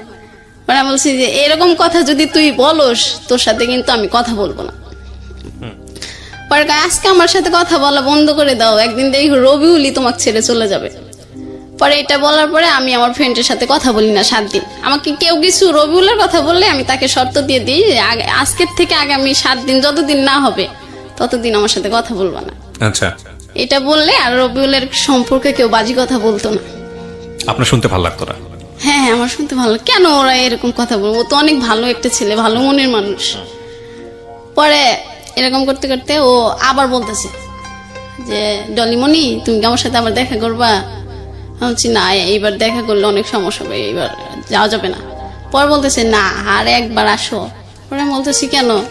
ও পরে ওর সাথে যদি আমার কিছু হইতো তাহলে আমরা 2 সেকেন্ডের বেশি রাগ করে কারোর সাথে কেউ থাকতে পারতাম না। আমরা ফোনের নাম্বার সিম অফ করে রাখতাম কিন্তু মেসেঞ্জার চালু থাকতো। হচ্ছে মানে কাক পাখি, কোকিল পাখি, ময়না পাখি, টিয়া পাখি, এটা বললে আমার রাগ সব শেষ হয়ে যেত। যখনই দেখতাম ও কাক লিখছে পরে তো আমার ফ্রেন্ডরাও হাসতো তোর এত ভালোবাসা কাক পাখি ডাকে তুই কালো দেখে। আমি বলি আমি কালো দেখে তো কাক পাখি বলে। পরে বলতেছে যে ঠিক আছে তোমার কাক পাখি দেখো, তোমার এই রাজপুত্র তোমার কাকের থেকে আর কি বানায়। পরে আমি একদিন বললাম আচ্ছা তুমি আমাকে এই কথা বলো, সবাই কিন্তু আমাকে অনেক কথা বলে, তুমি কাক পাখি বলো কেন? কয় আমার বন্ধুরা তো জিগেল আমি এটাই বলি যে আমি যার সাথে প্রেম করি ও কাকের চেয়ে একটু ফর্সা, কোকিলের মতো কালো। পরে আমি বলছি ও তাই না? পরে কইতেছে আপনি দেখতে মোটেও খারাপ না, এটা আমার যারা দেখছেন এখন ভিডিওতে তারা ভালো ওপিনিয়ন দিতে পারবে। জি বলেন। তারপর ও তো আমাকে ভালোবেসে এটা বলতো। হ্যাঁ শিওর, আপনি সেটা এনজয় করতেন। হ্যাঁ হ্যাঁ হ্যাঁ হ্যাঁ আমার ফ্রেন্ড গুলো একটু দ্বিমত করতো যে কেন এটা বলবে। পরে তো আমি আবার রাগ করতাম যে তুমি আর যদি এই কথা বলো, বলে যে আমি যতদিন তোমার সাথে সম্পর্ক করবো এটা বলেই ডাকবো, যখন আমরা বৃদ্ধ হব তখন এটা বলেই ডাকবো। পরে আমি বলতেছি যাও তোমার সাথে আর কথাই বলবো না। পরে আমি রাগ করে ফোনটা কেটে দিই। পরে আমার ফ্রেন্ডের ফোনে ফোন দিয়ে আমাকে একটা তখন শাকিব খানের একটা ছবি বানাইছে সত্য কি, আর জিএমস এর একটা গান তোর প্রেমেতে অন্ধ হলাম কি দোষ দিবি তাতে। পরে এই গানটা আমাকে শোনায়, তারপরে আমার আবার রাগটা ভেঙে যায় যে ও মনে আমাকে সত্যি ভালোবাসে। আচ্ছা ডাকে ডাক। পরে ওই গান বলার পরে আমি আমার ফোন থেকে ওকে ফোন দিই। পরে বলতেছে আমার ফোনে যে মিস কলের টাকা ছিল তোমার বান্ধবীরে ফোন দিয়ে যে টাকাটা ফুরাইলাম এটা জরিমানা কে দেবে? পরে আমি বলছি যে আচ্ছা বাবু আমি পাঠায় দেবো। পরে বলতেছে না তোমার টাকা পাঠাইতে হবে না, তুমি তো আমাকে ভালোই বাসো না, ভালোবাসলে কি রাগ করতা? পরে আমি বলছি না, আমার গার্লফ্রেন্ড এরকম কথা বলে না। পরে বলতেছে তাহলে তুমি কি ওই আমি যে বলছিলাম দেখা করবা? পরে আমি বলছি যে তোমার ফোন দিলেই কি এই কথা ছাড়ার কথা থাকে না? পরে বলতেছে না, আমার ফোন দিলে এই কথা ছাড়া কথা থাকে না। পরে আমি বলছি যে আমি বললাম না আমার কাছে টাকা নাই, আর বাড়িতে অনেক দিন ধরে টাকা দিই না, মাকে এবার দিতেই হবে টাকা, আর কতবার 9-6 বোঝানো যায় মাকে। পরে বলতেছে যে ঠিক আছে আমি এবার দেখি টাকা ব্যবস্থা করা যায় কিনা। পরে আমি বললাম যে তুমি কই টাকা পাবা? কয় আচ্ছা আব্বার ওইখান থেকে টাকা চুরি করে দেখা যায় আসা যায় কিনা। পরে আমি বললাম যে ঠিক আছে তাহলে তুমি দেখো চুরি করতে পারো কিনা। পরে ও বলতেছে আচ্ছা, পরে ফোন দিয়ে বলতেছে যে হ্যাঁ ডলিমণি। আমি বলছি হ্যাঁ বলো। কইতেছে আমি না 1000 টাকা চুরি করতে পারছি। পরে আমি বলছি তোমার তো 1000 টাকা যাওয়া আসার ভাড়াই, তা আমার সাথে ঘুরবা কি? পরে বলতেছে না আসো। পরে আসার কথা বলতেছে, পরে আমি বলতেছি যে ঠিক আছে আমি তাহলে স্যালারি পেয়ে আসি। বলতেছে না, স্যালারি পেয়ে আসতেও তোমার কাছে এখন যে টাকা আছে তুমি কাউর থেকে নিয়ে আসো। পরে আমি আবার আমার ওই চাচিকে ফোন দিই, ফোন দিয়ে বলি যে চাচি আমার তো আরো 4000 টাকা লাগবে। পরে বলতেছে তুই আগে 6000 টাকাই দেশ নাই এখনো, তুই আরো 4000 নিলে 10,000 টাকা হয়, তাহলে তো 1000 টাকা 100 টাকা লাভ, তাহলে 10,000 1000 করে হয় না? পরে তুই কোত্থেকে দিবি? পরে বলছি আমি দেবো তো, তোমার আমি কি না করছি? পরে বলতেছে আচ্ছা ঠিক আছে তুই একটা নাম্বার দিস আমি টাকা পাঠাই দিবি। পরে ও একটা নাম্বার দেয়, আমি একটা নাম্বার দিই, পরে চাচি টাকা পাঠা দেয়।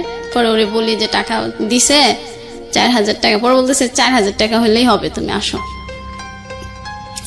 পরে যাই, যাওয়ার পরে আবার ওইখানে ওই একটাতেই ওইখানেই থাকি। পরে ও আমারে বলতেছে যে শোনো আমি যদি কখনো চলে যাই দেশ থেকে তখন তুমি কি করবা?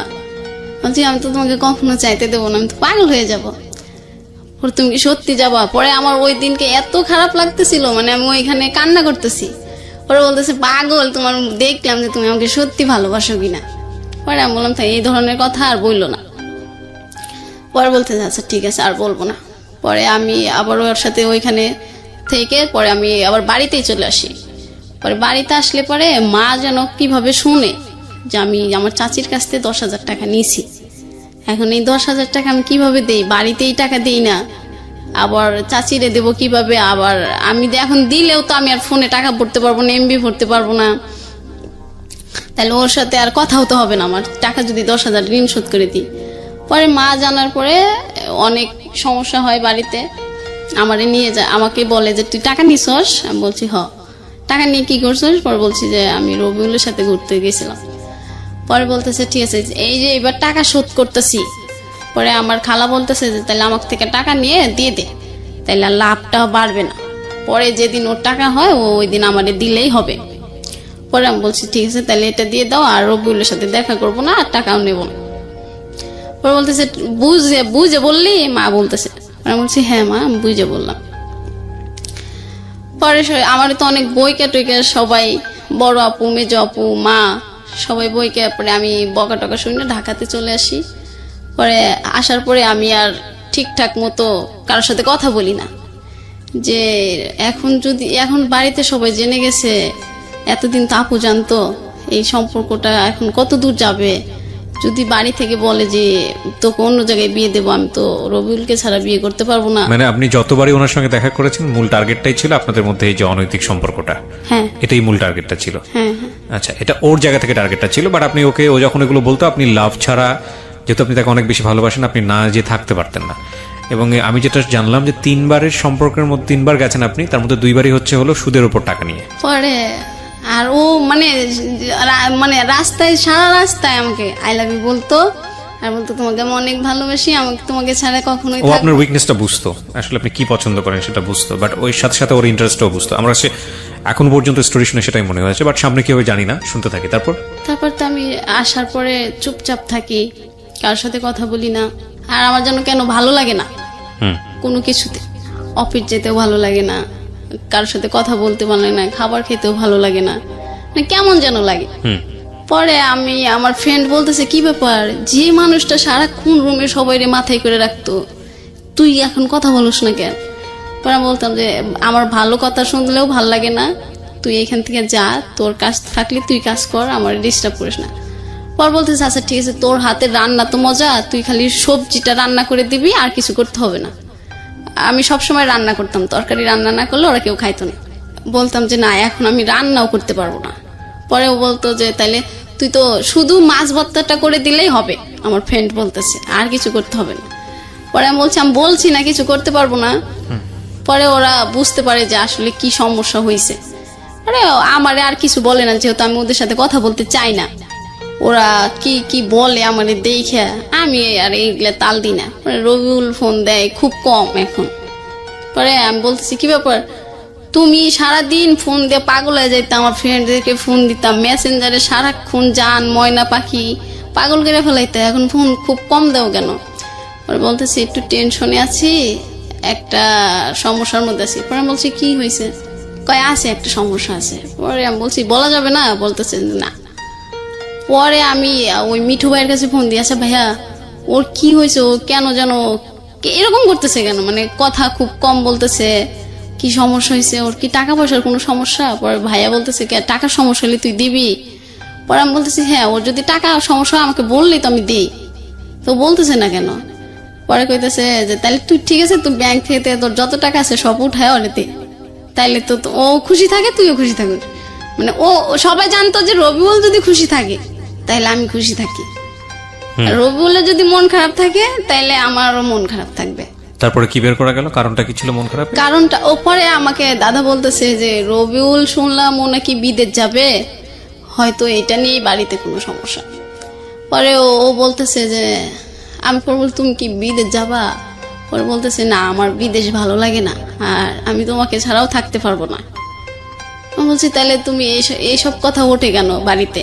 পরেও বলতেছে যে বাড়ির সবাই বলতেছে আমাকে বিদেশ পাঠাবে।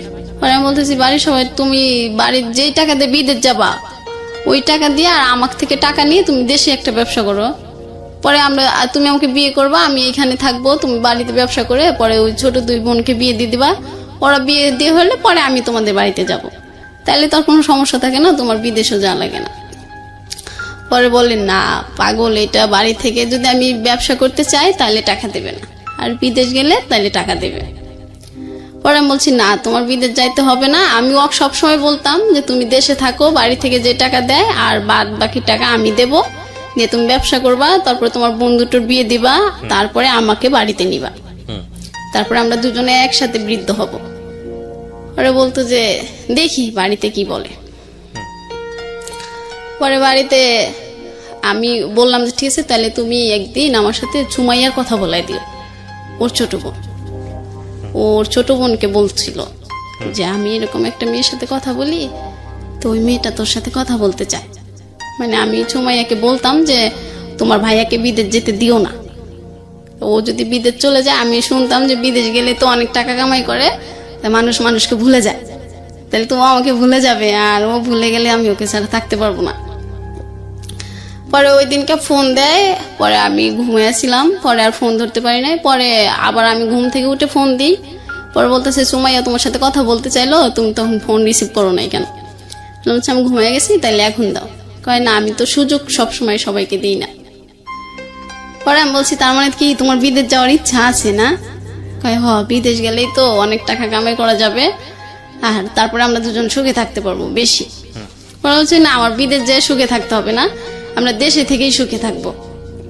আমি বাড়ি থেকে বলবো, আর বাড়িতে তো সবাই তোমাকে পছন্দ করে, তুমি অনেক সুন্দর, আমিও পছন্দ করি, আর আমাদের বাড়িতে তো সমস্যা নাই, তোমার বাড়িতে সমস্যা হলে তুমি ওটা বলবা বুঝাইয়া। পরে বলছে যে না, আর কোনো কথাই হবে না, আমি দেশের বাইরেই চলে যাব। পরে আমি বলতেছি যে না না, তুমি বাইরে যেও না, আমি তোমার পায়ে ধরি, আমি তোমাকে ছাড়া থাকতে পারবো, মানে তোমার একদিন কথা না শুনলে আমি থাকতে পারবো না। আমি এরকম মানে ওর ভালোবাসা ভিক্ষাও চাচ্ছি, যে তুমি আমাকে শুধু তোমার ভালোবাসা ভিক্ষে দাও, আর আমি তোমার বাড়িতে কাজের মানুষ হয়ে থাকবো, কিন্তু তাও তুমি ছেড়ে যেও না, আর তুমি বিদেশ গেলে আমার সাথে আর যোগাযোগ করবা না। পরে বলতেছে যে আচ্ছা দেখি, আর পরে বলতেছে যে একদিন আমি তোমার সাথে সারা রাত কথা বলবো।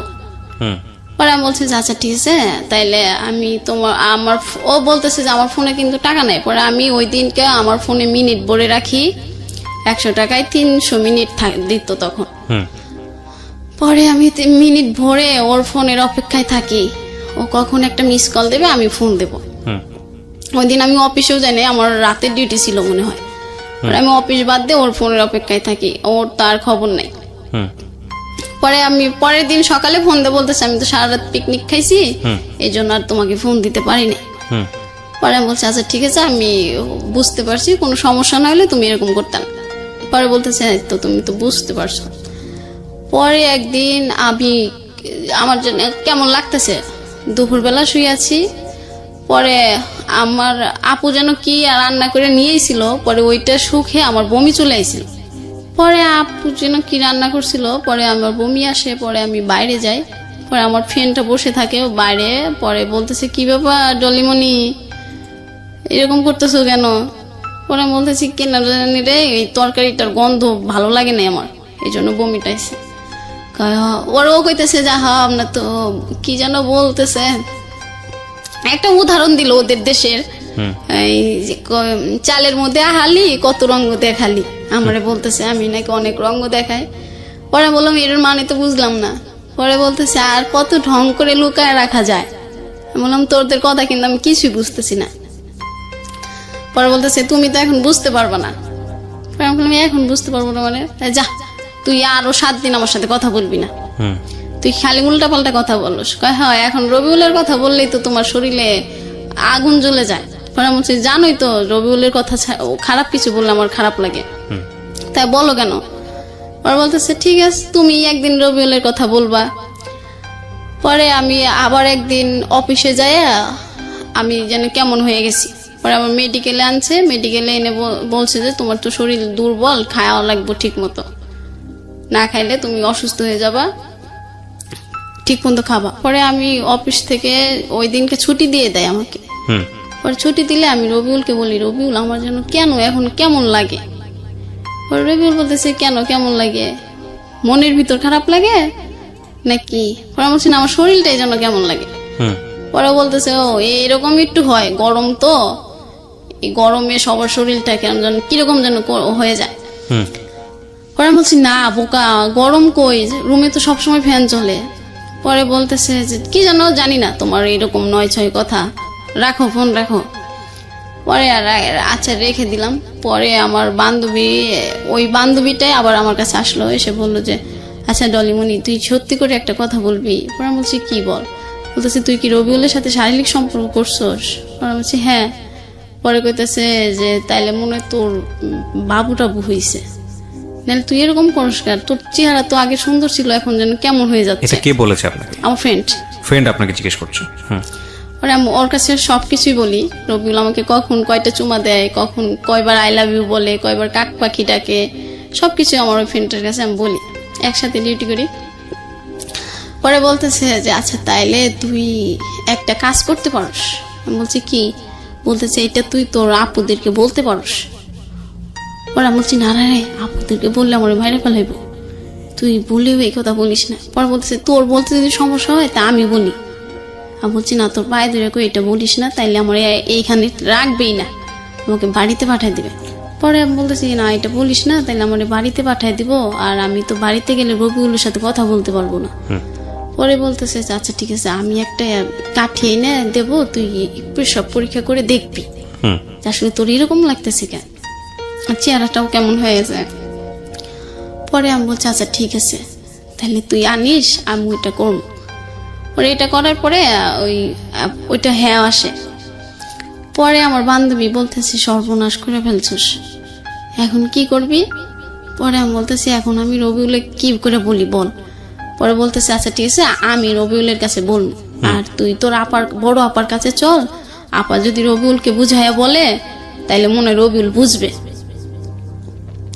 পরে আমি রবিউলের কাছে যাই, রবিউলকে বুঝাই যে রবিউল দেখো আমার না এরকম এরকম লাগে। পরে বলতেছে যে তুমি কি মানে একটা বকা দিয়ে বলতেছে যে এইসব পেশাল পড়ার জন্য ফোন দাও। পরে আমি বলছি না আমার সত্যি কেমন যেন লাগে। পরে বলতেছে ফোন রাখো, এখন আর ফোন দিবা না। ওর ফোনটা অফ করে দেয়, পরে আর সারা রাত ফোনটা অন করে না। পরে আমি আবার আপুর রেশমির কাছে বলি যে রেশমি দেখো না আবার এরকম করতেছে, আমার সাথে না কথা বলতেছে না, ফোনটা অফ করছে, তাহলে এখন আমি কেমনে বলি? পরে বলতেছে আবার ফোন যখন অন করে, ও যখন তোকে এই গানটা শোনাইতো তুই এই গানটা শোনাবি, তাহলে হয়তো তোকে ও আর এরকম রাগ করে থাকতে পারবে না। পরে আমি ওই গানটা শোনাই, ও যে গানটা বলতো আমাকে। পরে ও বলতেছে যে গান শোনাইতে হবে না, তুমি কি বলতে চাও বলো। পরে আমি বলছি তোমার সাথে না রেশমি কথা বলবে। পরে বলতেছে আচ্ছা ঠিক আছে, রেশমির কাছে দাও। পরে রেশমি বলতেছে যে হ্যাঁ রবিউল ভাইয়া, ও তো এখন এরকম এরকম, ওর মনে হয় পেটে বাবু হয়েছে। পরে বলতেছে যে না না, এটা মিথ্যে কথা, এটা কোনোভাবেই সম্ভব। ও বলতেছে এটা কোনোভাবেই সম্ভব না। হ্যাঁ হ্যাঁ হ্যাঁ। পরে আমি বলতেছি যে সম্ভব না মানে তুমি এটা কি বলতেছো? পরে রেশমি বলতেছে তুই চুপ কর, আমি বুঝাই বললেই বুঝবে। পরে বলতেছে যে আপনার কথা বলা শেষ? পরে বলতেছে যে না শেষ না, আপনি ওই কথাটা আগে শোনেন, আপনি হ্যাঁ না কিছু তো একটা বলবেন, এখন ও কি করবে। পরে বলতেছে এটা সম্ভবই না, এটা হয়ই নাই, ও এরকম নাটক করতেছে। পরে আমি আবার বললাম ফোন দিয়া যে রবিউল তুমি বিশ্বাস করতেছো না কেন? পরে কইতেছে যে না, এটা কিভাবে বিশ্বাস করবো আমি, আমার জানা মতো তোমার এই মিথ্যে কথা বলতেছো, আর তোমার পেটে বাবুটা ভয় নাই। ও ওর জায়গা থেকে এতটা কনফার্ম ছিল কেন?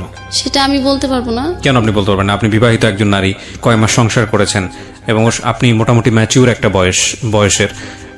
প্রথম কথা হচ্ছে যে আপনি তো বিষয়গুলো সম্পর্কে জানতেন, কি করলে বাচ্চা আসে, কি করলে এরকম একটা দুর্ঘটনা ঘটতে পারে, ঘটনা বা দুর্ঘটনা আমি ঠিক জানি না, এটাকে কিভাবে বলবো, সেগুলো সম্পর্কে আপনার জানাশোনা ছিল না। এটা তো ফার্স্ট টাইম হয়নি ওর সাথে, আপনারা যাইতেন, আপনারা মিশতেন, সেটা not one time, second time, third time, fourth time আপনারা গেছেন, তো একের পর আগে ঘটনাগুলো হচ্ছে, তার মানে আপনারা সচেতনভাবেই এই সিদ্ধান্তগুলো নিয়েছেন। তো সেখানে আপনি বলতে পারবেন না কেন? মানে আপনারা কিভাবে মিলেছেন যেটার মধ্যে ও কনফার্ম ছিল যে না বাচ্চা আসার সম্ভাবনাই নাই, আর আপনি বলতেছেন যে না আমি জানি না কিছু, মানে বিষয়টা আমি বুঝলাম না। ও এটার জন্য না বলতো যাতে আমি ওকে বিয়ের প্রেশারটা না দিই, সেটা তো অন্য হিসাব, কিন্তু এগুলোর সাথে তো আসলে বাচ্চা হওয়া না হওয়ার কোনো সম্পর্ক নাই। বাচ্চা যেভাবে হবে সেটা আলটিমেটলি দুজনের মধ্যে এরকম একটা সম্পর্ক হলে এবং সেখানে কিছু সিস্টেমেটিক প্রসিডিউর আছে সায়েন্টিফিক্যালি, সেগুলো ঘটনা ঘটলেই সেটা হতে পারে। তো আপনারা তো একবার এই ঘটনা ঘটেনি, আপনাদের মধ্যে বেশ কয়েকবার ঘটেছে, আপনারা দুজন সচেতন ছিলেন না? না আমরা দুজন কোনো ব্যবস্থা নিই নাই।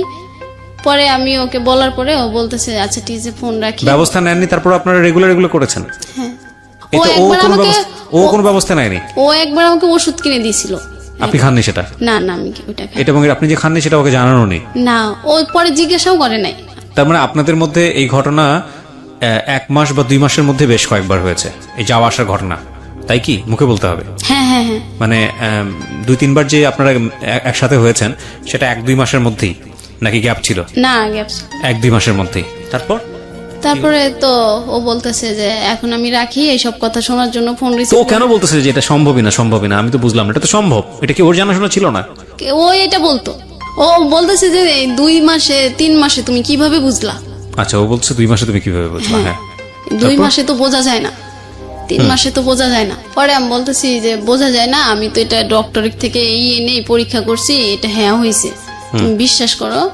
আর এখনই যে আমাকে আমার ফ্রেন্ড নিয়ে যাচ্ছে আপুর কাছে, ওইখানে আপুর সাথে তোমাকে কথা বলায় দেবো, তা আপু যেটা বলে তুমি একটু হ্যাঁ বলো। আর এখন তো এইটা হয়েছে যখন, তাহলে তুমি একটা কাজ করো, আমাকে বিয়ে করে রেখে দাও, আমি এখানে থাকবো, তুমি ওইখানেই থাকবা। এটা আপনি ওকে বললেন? হ্যাঁ হ্যাঁ। ও বলতেছে না আমার তো বিয়ে করা এখন সম্ভবই না, আমার বৃদ্ধ বাবা মা আছে, আমার 2টা বোন আছে, ওদের লেখাপড়া শেষ হবে, ভালো ফ্যামিলিতে বিয়ে দেব, আমার অনেক স্বপ্ন আছে ওদেরকে নিয়ে। পরে বলছে ওদেরকে নিয়ে স্বপ্ন আছে, তোমাকে নিয়ে তোমার কোনো স্বপ্ন নাই। পরে বলতেছে যে আমার স্বপ্নটা পরে আমি বলছি ঠিক আছে, তাইলে তোমার যখন ওদেরকে নিয়ে স্বপ্ন, আমি ওদেরকে বিয়ে দিয়ে দেবো, কিন্তু তুমি এখন আমাকে বিয়ে করো প্লিজ। পরে বলতেছে যে আচ্ছা ঠিক আছে, আমি তোমার সাথে পরে কথা বলি, আগে মিঠু ভাইয়ের সাথে কথা বলি। পরে মিঠু ভাইকে কথা বললো, মিঠু ভাই বলতেছে যে এখন তাহলে কি করা যায়। পরে আমি আমার আপার কাছে ওইখানে আমার ফ্রেন্ড নিয়ে যায়, আমার মেয়ে জপে তো অলরেডি জেনেই যায়। পরে আপু তো আমাকে আর ওইখানে রাখবে না, আমার সমস্ত জিনিসপাতি রুম থেকে বের করে ফেলিয়ে মিলে দিয়ে দিছে যে ওর এখানে কোনো জায়গা নাই, বাড়িতেও কোনো জায়গা নাই, কোথাও জায়গা নেই। আচ্ছা, এটা আপনার বড় বোন? না, এটা মেজো বোন। হ্যাঁ। পরে আমি আমার ফ্রেন্ড বলে যাচ্ছে জামা কাপড় নিতে হবে না, ও যদি চলে যায় পরে এসে নিয়ে যাবে। আচ্ছা, আগে রবিউল কি বলে এটা শুনি। পরে রবিউল কাছ থেকে আমি তো ওইটাই শুনলাম, ও না বললো ওর অনেক স্বপ্ন আছে ওর বোনদেরকে নিয়ে, ওর বোনদেরকে ভালো ফ্যামিলিতে বিয়ে দেবে। পরে আপুর কাছে যাই, বড় আপুর কাছে। পরে আপু বলতেছে, আপুর সাথে ফোনে কথা বলাই দিই রবিউলে। পরে আপু বলতেছে, ভাই এখন এইটা তো সমাজে কেউ মেনে নেবে না, তুমি এখন বিয়ে করে রাখো, তোমার ফ্যামিলিতে সমস্যা হইলে তুমি পরে ওকে নিয়ে যাও। পরে ও বলতেছে, না আপু এখন আমার বিয়ে করাই সম্ভব না। পরে আপু বলতেছে, বিয়ে করা সম্ভব না, এই যে এখন ও তো তোমাকে ছাড়া থাকতে পারে না, আর এই যে এখন এটা যে হয়েছে এটারও তো একটা ব্যবস্থা করতে হবে। পরে বলতেছে, ও কি করবে না করবে সেটা আমি জানি না, তবে আমার পক্ষে সম্ভব না। পরে আপু বলতেছে, তাহলে আমরা ওকে আর বাড়িতে উঠাবো না, তুমিও যেহেতু নিতে পারবে না তাহলে ওর রাস্তা ও দেখে নি। এটা বললে বলতেছে সেটা ওর ইচ্ছা। ওকে। পরে আমি তো প্রচুর পরিমাণ কান্না করতেছি যে ও কেন হ্যাঁ বলতেছে না, আর এখনই তো বিয়ে করলে আমি ওর বাড়িতে যাব না, তাহলে ও হ্যাঁ বলে না কেন। পরে আপু বলতেছে, ঠিক আছে তাহলে মিঠুর কাছে দাও, আমি মিঠুর মুখ থেকে শুনি, যেহেতু ও প্রেম করে দিছে, ওর সাথে ছিল, ও কি বলে। পরে মিঠু ভাই বলতেছে যে এখন তো আর ও বিয়ে করতে চাচ্ছে না, ওর ফ্যামিলি নিয়ে ওর অনেক স্বপ্ন আছে। আমার আপু বলতেছে, এরকম তো সবার ফ্যামিলি নিয়ে সবার স্বপ্ন থাকে, তাই তুমি যদি বলো তাহলে রবিউল রাজি হবে।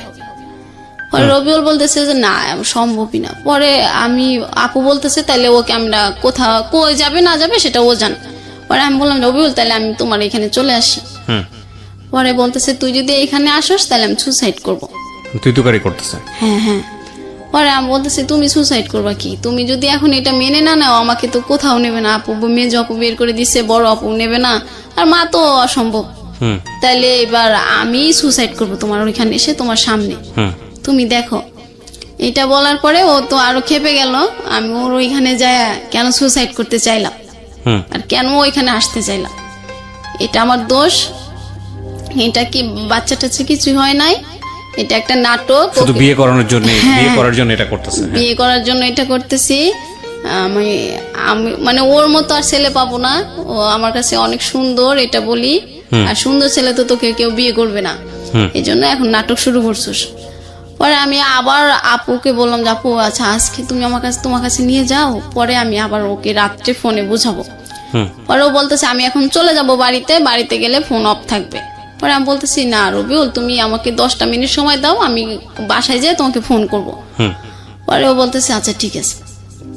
পরে আমি বলছি, তুমি আমাকে বিয়ে করবা না? পরে বলতেছে না। পরে আমি বলতেছি, তাহলে আমি তোমার এখানে এসে যদি সুসাইড করি তাও না? কয় না তাও না। পরে আমি বললাম, তাহলে কি তুমি আমার সাথে আর সম্পর্ক রাখতে চাও না? পরে বলতেছে যে না রাখতে চাই না। পরে যখন আমি বললাম আচ্ছা ঠিক আছে তুমি আর আমার সাথে সম্পর্ক রাখতে হবে না, তুমি ভালো থেকো, আমি বাচ্চাটার ব্যবস্থা আমি করব, আর আমি তোমাকে কখনো ফোন দেব না, আমি আমার ভাগ্যকে মেনে নিলাম।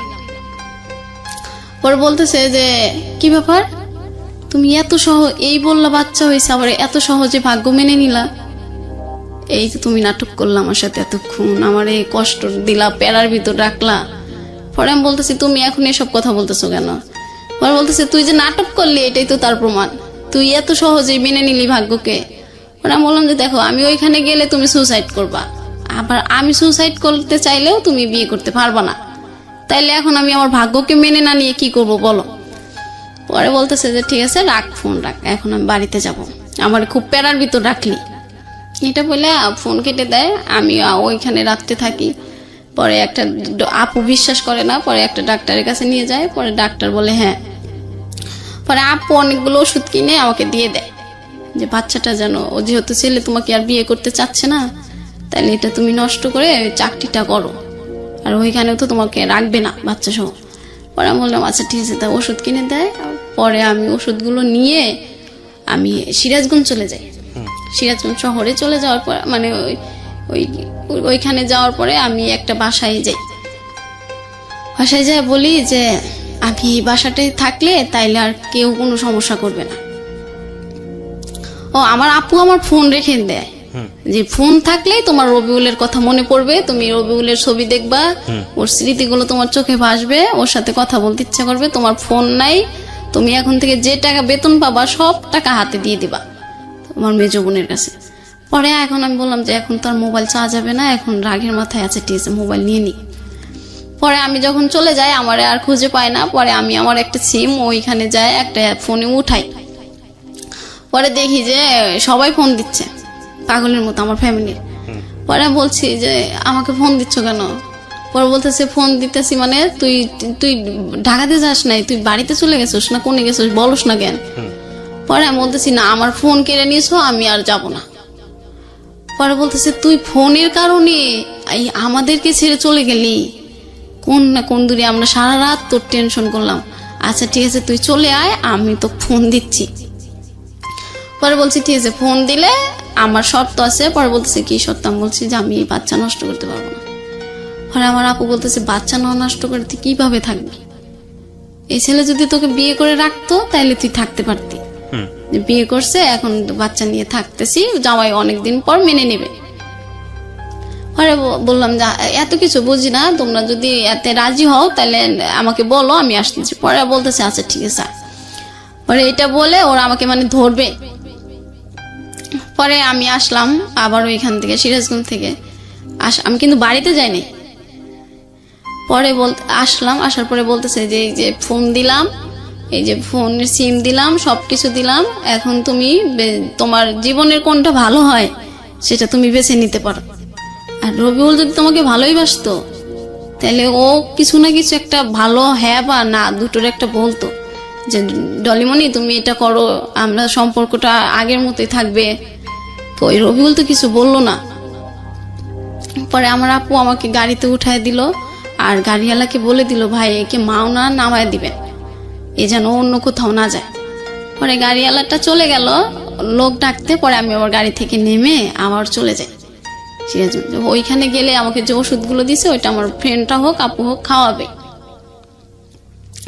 পরে আমি ওইখানে চলে যাই। পরে আমার একটা ওইখানে ফুফু ছিল, ওইখানে আমি বলি যে ফুফু আমি তোমার এই বাসায় থাকবো এখন। পরে বলতেছে কি তুই জব করবি না? পরে আমি বলছি না জবটা আর করবো না। পরে বলতেছে আচ্ছা ঠিক আছে তাহলে এখানে থাকতে পারো। পরে আমি বলতেছি আর কখনো কিন্তু যাব না, তোমার এখানেই থাকবো। পরে বলতেছে ঠিক আছে তাহলে আমি তোকে বিয়ে দিয়ে দেবো। পরে বলতেছি যে আচ্ছা ঠিক আছে। পরে ওই আমি খাই না তো কিছু খাইতে ভালো লাগে না আর খালি ঘুম আসে। আচ্ছা। পরে ফুবু বলতেছে কি ব্যাপার তুই খাস না কে? তুই যে পরিমাণ চুরি করে খাবার খাইতি এখন তোর সামনে থাকলে তুই খাস না। বাচ্চাটা তখনও পেটে? হ্যাঁ হ্যাঁ। পরে আমি ফুপুরে বললাম যে ফুপু এই ঘটনা, এই ছেলে তো এখন আমাকে বিয়ে করতে চাচ্ছে না। পরে ফুপু বলতেছে আচ্ছা বিয়ে করতে না চাইলে এরও সমাধান আছে, তুই এটা নষ্ট করে ফেল তাইলে আর আমরা এখানে থাকবি কোনো সমস্যা হবে না, পরে ভালো দেখে আমরা একটা বিয়ে দিয়ে দেবো তোকে। এটা বলার পরে আমি বললাম কি বলে, আমি যার জন্য এখানে চলে আসলাম জব ছেড়ে সেও বলতেছে বাচ্চা নষ্ট করতে। পরে রবিউল ওই দিন ফোন দিল, ফোন দিয়ে বলতেছে কই তুমি? পরে বললাম যে আমি ফুপুর বাসায় আইছি। কেন? পরে বলতেছে যে আমার ফ্রেন্ড তোমার সাথে কথা বলবে আজম। পরে বলতেছে যে আমি বললাম যে আজম কি কথা বলবে? তুমি আমি জাগ দিয়ে ভূত ছাড়াবো সেই তো ভূত, আমি আজমের সাথে কি বলবো? পরে বলতেছে প্লিজ 1 মিনিট কথা বলো। পরে আমি বললাম আচ্ছা ঠিক আছে। পরে আজম বলতেছে যে ডলি তুমি এরকম পাগলামি করতেছো কেন? আর এরকম এই কয়েক দিনে কি কারো বাচ্চা হয়? পরে আমি বলছি যে ভাইয়া আপনিও বিশ্বাস করলেন না। পরে আমাকে বলতেছে রবিউল যেটা বলছে আমি তো সেটাই বলতেছি। পরে বলছে ও রবিউলের কথা বিশ্বাস হলো আর আমার কথা বিশ্বাস হলো না। পরে বলতেছে না। পরে আমি বলতেছি তাইলে ও বলতেছে রবিউল তো একটা চাকরি নেবে, পরে তোমাকে বলি বিয়ে করবে 2-3 মাস পর, এই যে আমার কাছে বললো। পরে এটা বলার পরে আমি তো খুব খুশি। পরে আমি বলছি ঠিক আছে তাইলে তো আমার আর কোনো টেনশনই নাই, আমার তাহলে এটা আর কিছু এটা নিয়ে আর কোনো টেনশন নেই। পরে আমি বলছি রবিউল কি নিজের মুখে বলছে? পরে বলছে হ্যাঁ। পরে আমি বলছি তাহলে রবিউলের কাছে দেন। পরে রবিউলের কাছে দেওয়ার আগে বলতেছে যে শোনো তুমি যে চাকরিটা করো ওইখানে চলে যাও, চলে যায় তুমি রবিউল তোমারই থাকবে, ও তো তোমার। পরে বলতেছে যে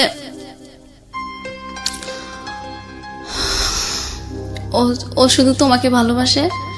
পরে আমি আবার ওর কথা বিশ্বাস করে আবার আমি ওইখানে চলে আসি। ঢাকাতে আসার পরে পরে আমি ওকে বললাম যে হ্যাঁ রবিউল আমি তো চলে আসি। পরে বলতেছে ঠিক আছে তুমি ঠিক মতো চাকরি করবা, ঠিক মতো অফিস করবা, ঠিক মতো খাবার খাবা, ঠিক মতো গোসল করবা। পরে আমি বলছি যে হ্যাঁ, এখন তো আমার সবকিছু ঠিক মতোই করতে হবে, নাহলে তো তোমার বাবুটা ঠিক মতো হবে না। এটা আপনি বললেন? পরে বলতেছে এই জন্যই তোমার সাথে আমার কথা বলতে ইচ্ছা করে না, তুমি কথায় কথায় মিথ্যে কথা বলো, নাটক করো, অভিনয় করো। পরে আমি বললাম যে বিশ্বাস করো আমি কোনো নাটক করতেছি না, তুমি কেন বিশ্বাস করো না? কয় এইসব এইসব কথা বললে আমার তোমার সাথে কথা বলতে ইচ্ছা করে না। পরে আমি বলছি কথা বলতে ইচ্ছা না করলেও সত্যটা তো আমার বলতে হবে। পরে বলছে যে না, এটা যদি থাকে তাহলে আমি আর তোমার সাথে কোনো কথাই বলবো না, এই কথা থাকলে। পরে আমার আপু ওরকম রবিউল আর ফোন দেয় না, আমি ফোন দিলেও রিসিভ করে না, ফোন বন্ধ থাকে। পরে আমার মেজো আপু বললো যে দেখো, আমরা প্রত্যেকটা মানুষের ভাগ্যেই একটা সৃষ্টিকর্তা নির্দিষ্ট ভালোবাসা রেখে দেয়, ওটা নিয়ে আমাদের খুশি থাকতে হয়। আর তুমি রবিউলের যে ভালোবাসাটা পাইছো ওটা নিয়ে খুশি থাকো, এর চেয়ে বেশি ভালোবাসা পাওয়া যায় না জোর করে। পরে আমি বললাম না আপু তুমি এটা কি বলো, ও তো আমাকে অনেক ভালোবাসে, ওর মতো ভালো মানুষই হয় না। পরে বলতেছে ও যদি তোমাকে অনেক ভালোবাসতো তাহলে এই সময়টা তোমার পাশে থাকতো। পরে আমি বলছি যে না, ও হয়তো কোনো সমস্যা এই জন্য আমার কাছে থাকতেছে না। পরে আমার আপু একটা কথা বলছিল যে আমাদের ভালোবাসাটা সবসময় ঠিক হয়, আমরা শুধু ভুল মানুষকে কিছু সময় ভালোবেসে ফেলি। এটা বলার পরে আমি প্রচুর পরিমাণ কান্না করি।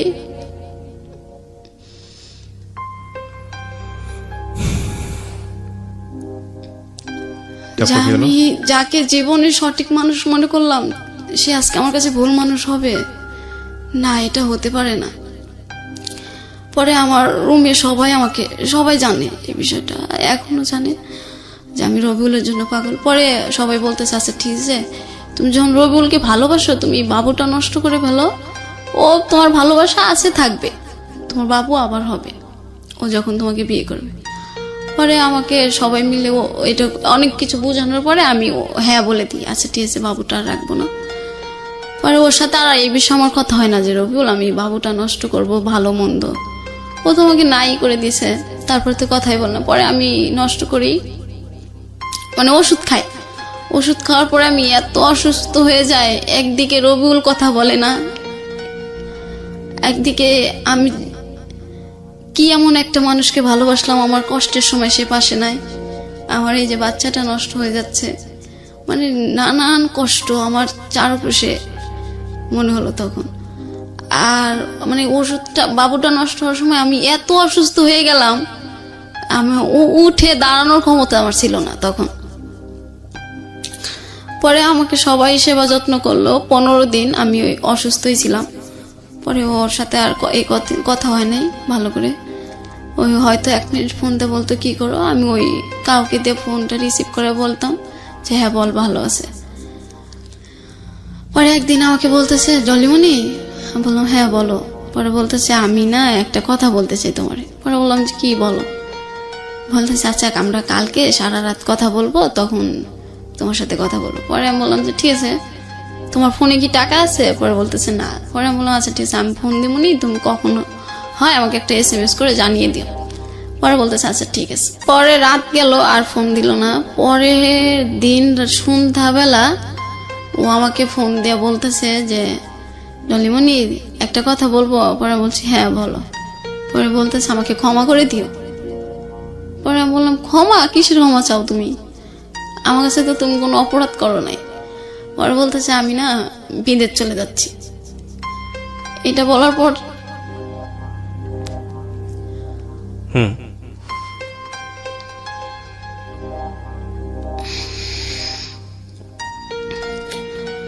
এটা বলার পরে আমি এত পরিমাণ চিৎকার করি, মানে আমার ফ্লোরের সবাই, উপরতলার লোকও চলে আসে, নিচতলার লোকও চলে আসে যে কি হয়েছে। ওরা সবাই ভাবছিল যে কেউ মারা গেছে। আমি এ পরিমাণ কান্না করি। পরে আমি বলি যে রবিউল প্লিজ আমাকে ছেড়ে যেও না। পরে বলতেছে না আমি তো, তুমি এখন যদি আমাকে 1000 বার বলো তাও আমি এখন আর থাকতে পারবো না, আমার চলে যেতে হবে। পরে আমি বলছি যে তুমি যাচ্ছ আমাকে এটা বলো না কেন? এটা যদি আমি বলতাম তাহলে তুমি এয়ারপোর্ট চলে আসতা, আর এয়ারপোর্টে এসে একটা চিনখিট করতে হয়, এটা আমি চাইনি। পরে বলছি না আমার বিশ্বাস হচ্ছে না, তুমি আমার সাথে মজা করছো। পরে বলতেছে ঠিক আছে তাহলে তুমি আমার ইমোতে ফোন দিয়ে দেখো পরে আমি ফোন দিয়ে দেখলাম ও সত্যি সত্যি এয়ারপোর্টে। হুম এটা দেখার পরে তো আমি আবার প্রচুর পরিমাণ কান্না করে বলতেছি যে রবিউল তুমি প্লিজ যেও না, এখনো তুমি চলে এসো, প্লিজ আমাকে ছেড়ে যেও না, আর তোমাকে আমি দেশেই রাখবো, ভালো রাখবো, তোমার 2 বোনকে আমি বিয়ে দিয়ে দেবো। ও বলতেছে না, এখন আমি ফোনের লাইন কাটবো, আজ থেকে আর কখনো আমার সাথে যোগাযোগ করার চেষ্টা তো করা দূরের কথা, আমার নামটা নিও না, আর যদি পারো আমাকে ক্ষমা করে দিও। হুম এটা বলছে, পয়লার পর ফোন কেটে দিছে। পরে আমি তো ওরকম চিৎকার করতেছি। পরে আমার ফ্রেন্ড আসার পরে বলতেছে কি হয়েছে তোর? পরে বলতেছি রবিউল নাকি দেশের বাইরে চলে যাচ্ছে। পরে বলতেছে তোকে বলে নাই আগে? আমি বলছি যে না। পরে বলতেছে যে এয়ারপোর্টে যায় বলছে। পরে আমি বলছি হ্যাঁ। পরে আমি আবার ফোন দিয়ে বলতেছি রবিউল তুমি প্লিজ যেও না, এখনো তুমি ওর ভিতরে যাও নাই, তুমি এখনো বাড়িতে চলে যাও। পরে বলতেছে না, আর ফোন দিতে নিষেধ করছি, ফোন দিবা না, আমি শুধু সিমটা অন করে রাখছি, আমি ভিতরে ঢোকার আগে বাড়ির সবার সাথে কথা বলবো। পরে এই বলে ফোনটা কেটে দেয়। পরে আমি আবার ওর একটা ফ্রেন্ডের কাছে ফোন দিই যে ও কি সত্যি চলে যাচ্ছে নাকি কাউকে এয়ারপোর্ট থেকে রিসিভ করতে গেছে। পরে বলতেছে না, ওরই তো আজকে ফ্লাইট রাত 12টায়।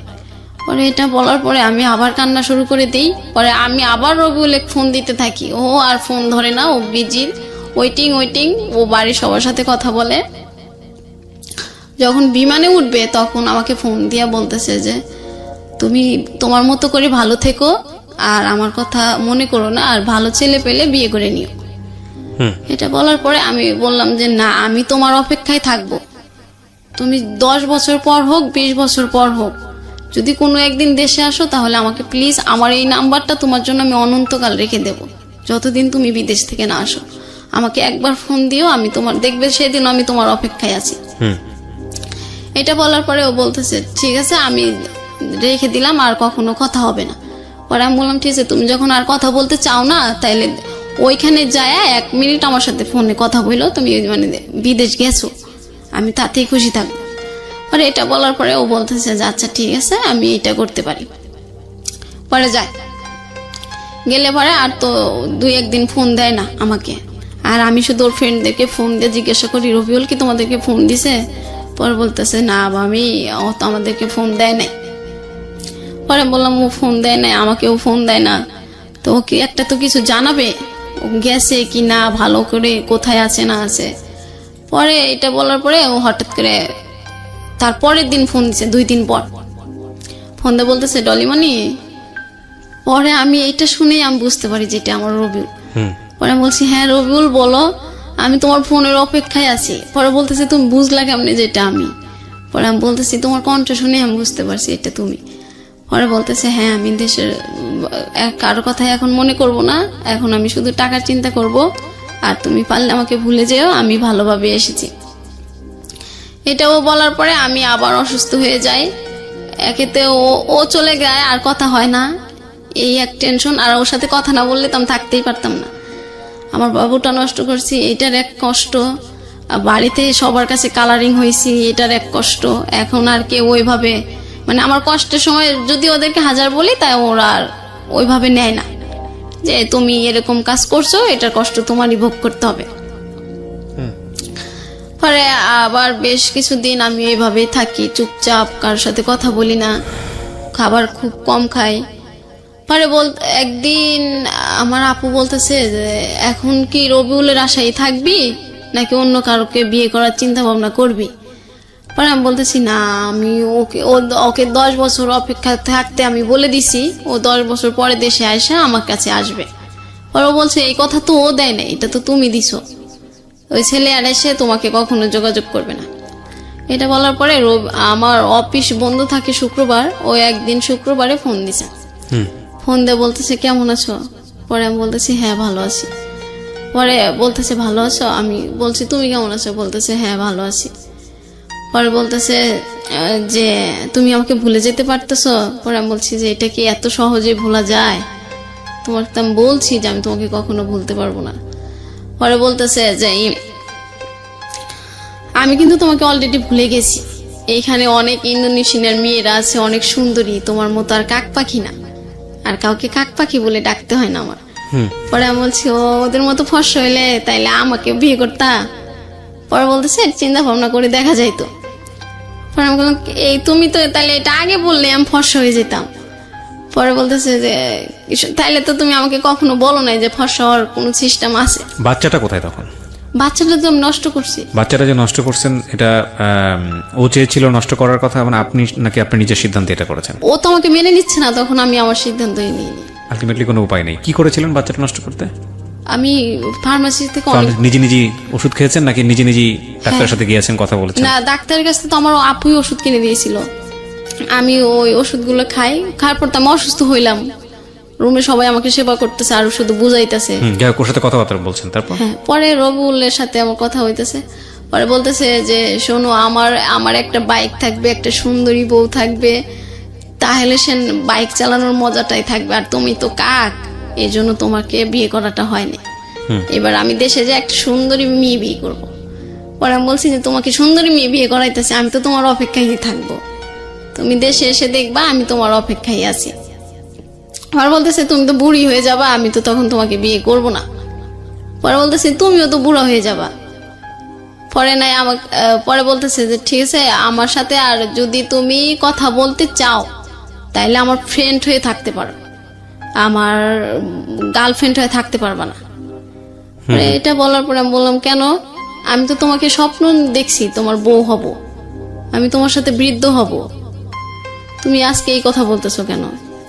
পরে বলতেছে যে হ্যাঁ, এটাতে যদি রাজি হও তাহলে আমি তোমার সাথে কথা বলবো, কন্টিনিউ। পরে আমি বললাম যে না, আমি এটাতে কোনোভাবেই রাজি হতে পারবো না, কারণ তুমি তখন অন্য একজনকে বিয়ে করবা, আমি তো এটা মেনে নিতে পারবো না। পরে বলতেছে আচ্ছা ঠিক আছে তাইলে রাখি। পরে এটা বলার পরে ওর ওই দেশের নাম্বার আমি পাই যাই। পরে আমি তো সবসময় ওকে ফোন দিতেই থাকি।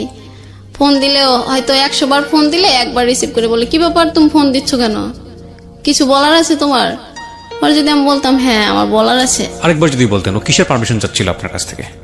আরেকটা মেয়ে বিয়ে করবো এখানে, আপনি মানতে পারবেন নাকি? কি মানতে পারবেন না? ও বলতেছে যে তুমি যদি আমার সাথে ফ্রেন্ড হয়ে থাকতে পারো তাহলে। ও আচ্ছা, মানে আলটিমেটলি ও চাচ্ছে যে না, এখন আর কোনো প্রেমের সম্পর্ক না, তুমি আমার সাথে বন্ধুর মতো থাকো। হ্যাঁ, কিন্তু আমি তো ওকে নিয়ে স্বপ্ন দেখছি অন্যটা। এখন আমার বন্ধু মানে আমার ভালোবাসার মানুষের বউ হবে অন্য একজন, এটা তো আমি দেখতে পারবো না। পরে বলতেছে এই শর্তে রাজি না হইলে তাইলে থাক, কথা বলার দরকার নেই। আচ্ছা, পরে এইগুলো ও ফোন কেটে দেয়। আমি তো ওইখানকার নাম্বার পাই। পরে পাওয়ার পরে আমি তো ফোন দিতেই থাকি। ফোন দিলে ও রিসিভ করে না, রিসিভ করলে বলে যে এখন আমি অনেক ব্যস্ত আছি, সারাদিন ডিউটি করছি, এখন ঘুমাবো, এটা করবো সেটা করবো, মানে অনেক নয়ছয় কথা। পরে একদিন ও আমাকে ফোন দিয়ে বলতেছে ডলিমণি একটা কথা বলবো? পরে আমি বলছি হ্যাঁ বলো। বলতেছে আজকে তুমি একদম সত্যি কথা বলবা। পরে আমি বলছি হ্যাঁ। পরে বলতেছে তুমি আমার সাথে এই নাটকটা না করলেই পারতা। পরে বলছি কোন নাটকটা? কয় হ্যাঁ তুমি ভেবে দেখো, আমি দেশ ছাড়ছি তোমার অনেক কষ্ট নিয়ে। আমি বলছি কোন কথা বলতেছো তুমি? পরে বলতেছে যে তুমি যে এটা বলছিলা বাচ্চা হয়েছে আমাকে বিয়ে করো, আমি তো এটা এখনো মেনে নিতে পারি না যে তুমি আমার সাথে এত বড় প্রতারণা করছো। পরে বলছি কোনটা আমি প্রতারণা করলাম? পরে ভাই তুমি আমার সাথে মিথ্যে বললা কেন?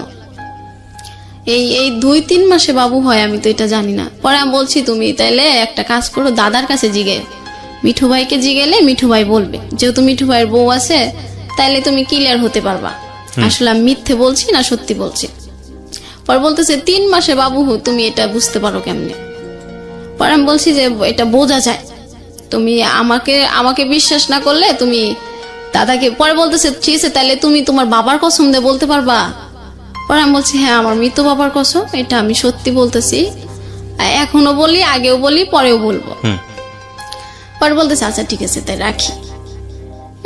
রাখি বলতে বলতে ও আবার একদিন ফোন দেয় বলতেছে যে আচ্ছা তুমি আমার জন্য কতদিন অপেক্ষা করতে পারবা?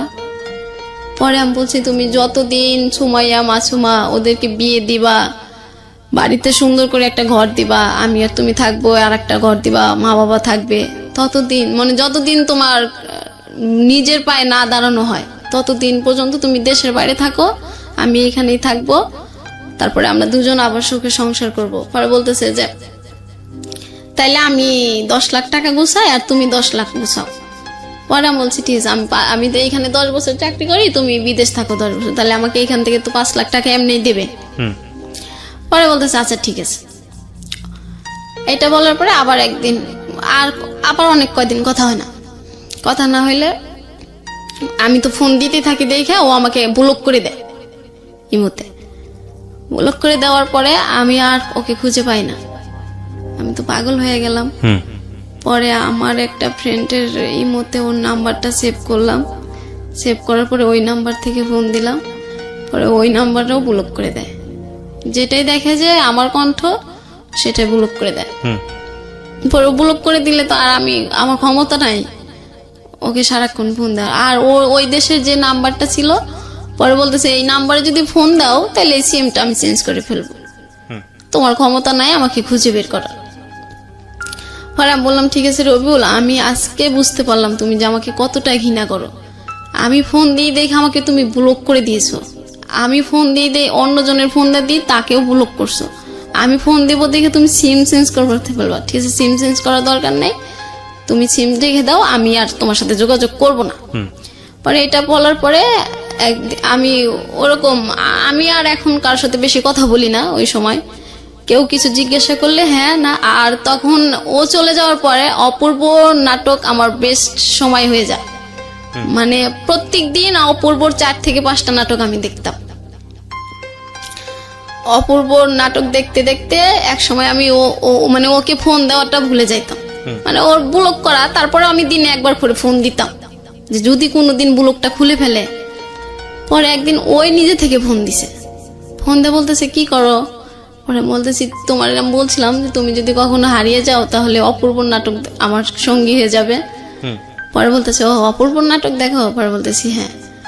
পরে কইতেছে অপূর্বর একটা নাটক দেখো। পরে আমি বলছি কি নাটক। পরে কইতেছে যে উৎসর্গ ভালোবাসা। পরে আমি ওই নাটকটা বলছি আচ্ছা ঠিক আছে, তোমার সাথে কথা শেষ হওয়ার পরে আমি নাটকটা দেখব। পরে ওই নাটকটা দেখলাম। পরে বলতেছে নাটক শেষ হলে আমাকে আবার একটা ফোন দিবা। পরে আমি বলছি তুমি তো আমাকে ব্লক করছো, আমি কিভাবে ফোন দিব। পরে বলতেছে ঠিক আছে আমি ব্লক খুলছি, তুমি ফোন দিও। পরে আমি ফোন দিয়ে আমি তো মহা খুশি, সবাইকে বলতেছি যে দেখো আমার রবিউল না আমার ব্লক খুলে দিছে। সবাই তো আমার কইতেছে কি পাগল, যে ছেলেটা এতবার অপমান করে সেই ছেলেটা আজকে ব্লক খুলে দিছে আর সে সবকিছু ভুলে গেছে। পরে আমি বলতেছি না রে, ওর হয়তো সমস্যা হয়েছিল এই জন্য ব্লক করে রাখছে। পরে বলতেছে যে ঠিক আছে নাটকটা শেষ হলে আমাকে কিন্তু অবশ্যই ফোন দিবা। পরে বলছি আচ্ছা ঠিক আছে। পরে আমি নাটকটা শেষ করে ওরকে ফোন দিই। ফোন দেওয়ার পরে বলতেছে এই নাটকটা কেমন লাগলো। পরে বলছি হ্যাঁ ভালো লাগছে। পরে বলতেছে আজকের থেকে অপূর্ব নাটক দেখা বাদ দিয়ে সিয়ামের নাটক দেখবা। পরে আমি বললাম আচ্ছা ঠিক আছে। পরে বলতেছে সিয়াম আমার ফেভারিট নায়ক, ওর নাটক দেখবা। পরে আমি বললাম আচ্ছা ঠিক আছে। পরে এই নাটকটা কথা বলার পরে ও একটা অপূর্বর গান দেয়, গান দেওয়ার পর আবার আমাকে ব্লক করে দেয়। পরে আমি বললাম যে কি ব্যাপার, এই মাত্র ভালো মানুষ কথা বললো আবার ব্লক করে দিল। পরে রুমে আমি কান্না করতেছি। পরে রুমে সবাই বলতেছে কি ব্যাপার রবিউল না, তুই কি বললি যে কেবল কি যেন দিছে, খুব খুশি। পরে আমি বলছি অপূর্বর একটা গান দিছে। পরে গানটা এরকম তো আমার এখন ভালো থাকা আমার উপর নেই, তোমার মতো তুমি ভালো থেকো। পরে এই গানটা শোনার পর রুমে সবাই বলতেছে এবার তুই নিজে থেকে ওকে ব্লক করে দে মন থেকে। আচ্ছা। পরে আমি বললাম না, আমি ওকে মন থেকে কখনো ব্লক করতে পারবো না। পরে এইভাবে কান্নাকাটি করার পর রুমে সবাই বিরক্ত হয়ে যায় মানে আমার প্রতি। এই একটা ছেলেকে নিয়ে সারাক্ষণ, যে ছেলে তোমাকে চায় না, সেই ছেলে তোমাকে পাত্তাই দেয় না, তাও কেন তুমি সেই নতুন করে জীবনটা শুরু করো। আমিও চেষ্টা করতাম যে আচ্ছা রবিউলকে ভুলে থাকি, কিন্তু আমি কিছুতেই পারতাম না ভুলে থাকতে। পরে এরকম করতে করতে আমি ও বলতো যে নামাজটা ঠিক মতো পড়ো। পরে আমি একদিন নামাজ পড়ে মানে বলতেছি যে হে আল্লাহ, তুমি কি আমাকে রবিউলের সাথে আর কখনো মিলে দেবে না আগের মতো।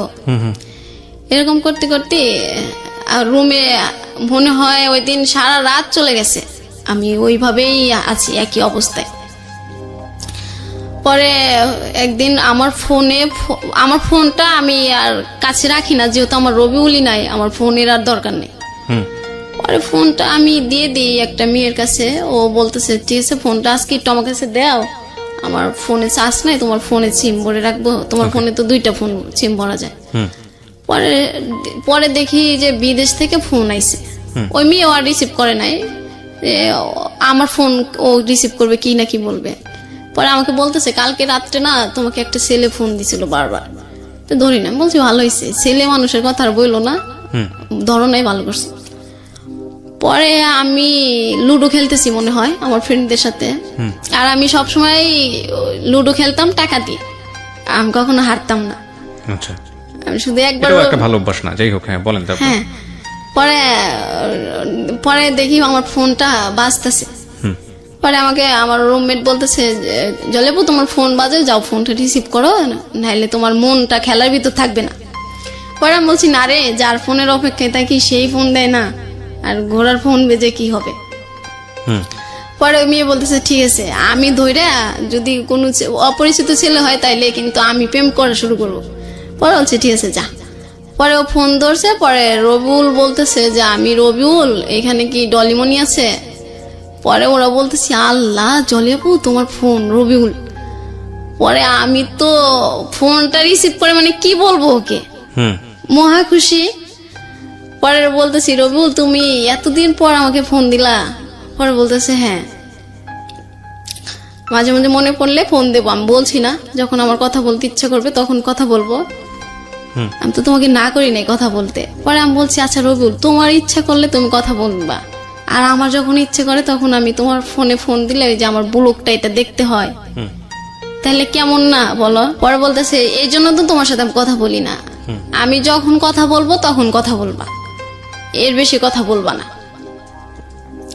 পরে আমি বলছি আচ্ছা ঠিক আছে কথা বলো। পরে বলতেছে যে আমি তো তোমার ওইটাতে ব্লক করে দিয়েছি, এখন আমি নতুনই খুলছি ইমো, তাইলে তোমার ইমো নাম্বারটা আমাকে দাও, আমি তো তোমার ইমো নাম্বারটা পাচ্ছি না। পরে আমি আমার সাথে সাথে আমার ইমো নাম্বারটা দিয়ে দিই। পরে ও আর ওই দিন ফোন দেয় না, পরের দিন ফোন দিছে। আর ও আমার ইমো নাম্বারটা নেওয়ার পরে আমি ডাটাটা অন করে রাখতাম যে কখন না কখন ফোন দিয়ে যদি না পায়।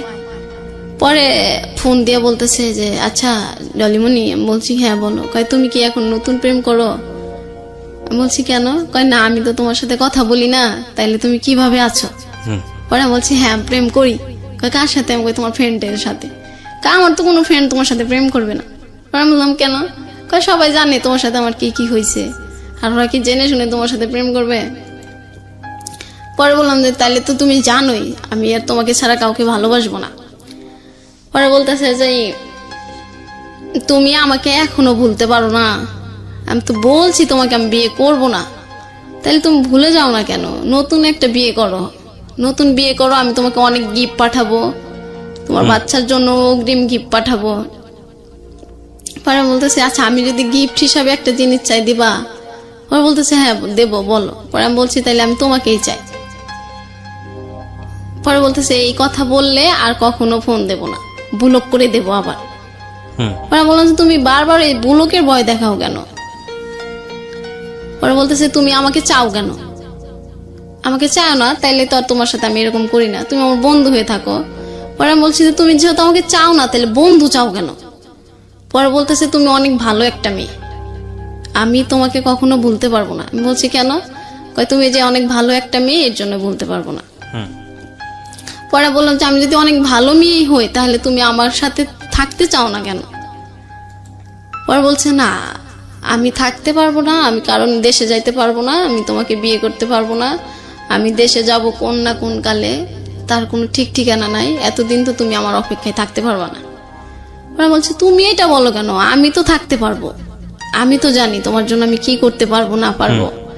পরে বলতেছে এরকম মুখে অনেক কিছু বলা যায়, আসলে বাস্তবটা এত সহজ না।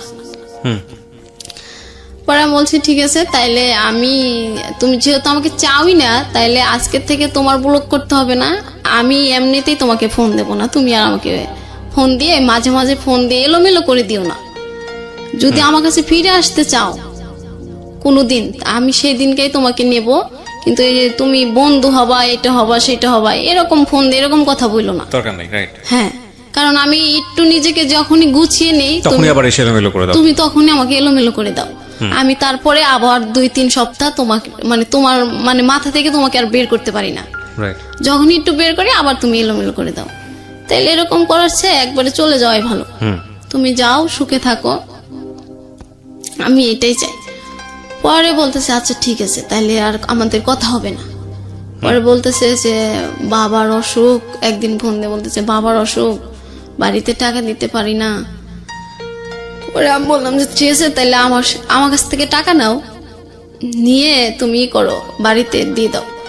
পরে বলতেছে না, তোমার কাছ থেকে টাকা নেওয়া যাবে না, এমনি তুমি আমার কাছে, আমি তোমার কাছে অনেক ঋণ। পরে বলতেছি না, আমার কাছে তুমি কোনো ঋণ নি নাই। পরে বলতেছে যে এই জন্যই তোমাকে আমি আমার বন্ধু করে রাখতে চাই, তুমি কেন বোঝো না। পরে বলছি না, আমি এই জন্যই তোমাকে চাই আমার করে, তুমি কেন বোঝো না। পরে বলতেছে ঠিক আছে, এখন রাখি, কাজে যাব, পরে অন্য একদিন কথা হবে। পরে বললাম যে আচ্ছা ঠিক আছে, তাই আমি তোমার ফোনের অপেক্ষায় থাকবো। আমি সব সময় ফোন আমার কাছেই রাখি, অফিসে গেলেও, বাসায় থাকলেও, যেখানে গেলে, যে যদি হঠাৎ করে রবিউল ফোন দিয়ে আমাকে না পায়। পরে একদিন ফোন দিয়ে বলতেছে যে আমার অফিসে না ঠিক মতো কাজ হয় না, স্যালারিও পাই না, আর যে টাকা স্যালারি পাই ওইটা আমার খাওয়ার জন্যই চলে যায়, বাড়িতে দিতে পারি না। এই মাসে বাড়িতে মাত্র 4,000 টাকা দিছি। আমি বলছি, পরে বলতেছি তাহলে এই কোম্পানিটা চেঞ্জ করে ভালো, অন্য একটাতে যাও। পরে বলতেছে এই কোম্পানি চেঞ্জ করতে আর 3 লাখ টাকা লাগবে, তাইলে সে আমি অন্য কোম্পানিতে যেতে পারবো, স্যালারি পাবো। পরে আমি বলছি ঠিক আছে, তাহলে আমি যদি 3 লাখ টাকা দিই, তুমি কি এই কোম্পানি চেঞ্জ করবা? মানে আপনি বললেন ওই ছেলেটাকে? হ্যাঁ, মানে যেহেতু রবিউলকে? ও বাড়িতে টাকা দিতে পারছে না, আচ্ছা। আর মানে বাড়িতে যত তাড়াতাড়ি টাকা পয়সা দিয়ে করতে পারবো, তাড়াতাড়ি দেশে চলে আসতে পারবে। পরে বলতেছে হ্যাঁ, এটা করা যায়। পরে আমি বলছি ঠিক আছে, তুমি যদি অন্য কোম্পানিতে যাও তাহলে আমাকে জানাও, আমি টাকা পাঠিয়ে দেবো। পরে ও একদিন ফোন দিয়ে বলতেছে যে পাসপোর্ট যে মালিকের কাছে, উনি 3 বছর না হলে পাসপোর্ট দেবে না, আমি আর অন্য কোম্পানিতেও যাইতে পারবো না। পরে বললাম যে তাহলে তো এখন কিছু করার নাই, এইখানেই থাকতে হবে, যে কয়টা করে বাড়িতে পাঠাইতে পারো ওই টাকাই দিতে হবে। পরে বলতেছে হ্যাঁ। পরে একদিন আমি বলতেছি আচ্ছা রবিউল, আমাকে কখনো তোমার মিস করো না? পরে বলতেছে না। বলতেছি কখনো আমাকে আর কাক পাখি বলতে ইচ্ছা করে না তোমার? বলে না। পরে আমি বলতেছি কখনো আমাকে বউ বলে ডাকতে ইচ্ছা করে না? বলতেছে না। পরে আমি কই কখনো কি আমাদের কাটানোর সময়গুলো তোমার মনে পড়ে না? বলতেছে না। পরে আমি বলছি কেন? কয় কি এমনি তুমি মিথ্যে কথা বলো, নাটক করো, এই জন্য তোমার কথা আমার একটু মনে পড়ে না, আমি এখন তোমাকে ঘৃণা করি। আমি বলছি তো আমাকে ঘৃণা করো তো আমার সাথে কথা বলো কেন? কয় কথা বলি যদি তুমি আমার ভালো বন্ধু হতে রাজি হও কোনোদিন, এই জন্য। তো আপনি তাকে জিজ্ঞেস করেন এই কোশ্চেনটা? খুব টাফ একটা কোশ্চেন, যদিও খুব মানে অবিভাজ্য কোশ্চেন, বাট এই কোশ্চেন অ্যান্সারটা কি আসবে আমি ঠিক জানি। আপনি কখনো জিজ্ঞেস করেছেন তাকে যে কি ধরনের বন্ধু, মানে বন্ধুত্বপূর্ণ এবং শারীরিক সম্পর্ক বিষয়টা? না, শারীরিক সম্পর্ক না, ও শুধু বন্ধু হয়ে থাক, ওর দুঃখের কথাগুলো আমাকে বলবে, আমার কষ্টের কথা আমি ওকে বলবো, এবং তারপরে আপনাকে যখন বলবে তার সাথে দেখা করার জন্য বাংলাদেশে এসে, তখন দেখা করতে হবে। হ্যাঁ, বাংলাদেশে এসে ও আমার সাথে একবার দেখা করবে, আমি বিয়ে করব অন্য জায়গায়। আচ্ছা ঠিক আছে, হ্যাঁ সমস্যা নাই, বলেন তারপরে কি দাঁড়ালো শেষ পর্যন্ত? হ্যাঁ, তারপরে এই কথা বলতেছে, পরে ও বলতেছে আমি তোমাকে ঘৃণা করি। পরে এটা বলার পরে আমি বলছি দেখো রবিউল, আমি তোমাকে এ পরিমাণ ভালোবাসি, তুমি আমাকে যতই বলো আমি এটা মনে করি যে তুমি এটা এমনি এমনি বলতেছো, এটা তোমার মনের কথা না। পরে বলতেছে না, পরে একটা বকা দিয়ে বলে যে এটা সত্যি, আমি তোকে ভালোবাসি না। সেদিন আমার অনেক কষ্ট হয়, ও যেদিন আমাকে বলে যে আমাকে ঘৃণা করে, সেদিন আমি অনেক কষ্ট পাই যে এই ছেলেটার কারণে আমি সবার কাছে কালারিং হয়েছি। আজ এই ছেলেটাই বললো আমাকে ঘৃণা করে, ঠিক আছে এই ছেলের সাথে আর আমি কথাই বলবো না, ওর মতো করে ভালো থাকুক, আমি আমার মতো করে থাকবো। এটা বলার পরে আমি ফোনটা কাটি। পরে ও আমাকে আবার ফোন দেয়। পরে আমি আপুকে বলি যে আপু, রবিউল না আমাকে ফোন দেয় মাঝে মধ্যে, ফোন দেয় শুধু বলে বন্ধুত্ব হয়ে থাকতে, কিন্তু এটা বললে আমার অনেক কষ্ট হয়, আমি ওর বন্ধু হয়ে থাকতে চাই না। পরে বলতেছে যে তাইলে তুই একটা কাজ কর, তুই ওকে বলে দে যে তোর অনেক বড় একটা অসুখ, তাইলে আর ও তোকে ফোন দেবে না, আর তুই নিজেকে এইভাবে ঠিকঠাক রাখতে পারবি। পরে আমি বলছি কি বলবো? পরে বলতেছে তুই বলে দে যে তোর ক্যান্সার হয়েছে, তাইলে আর ওই ছেলে তোকে ফোন দিবে না, ডিস্টার্বও করবে না। পরে আমি বললাম যে আচ্ছা ঠিক আছে, এটা বলবো।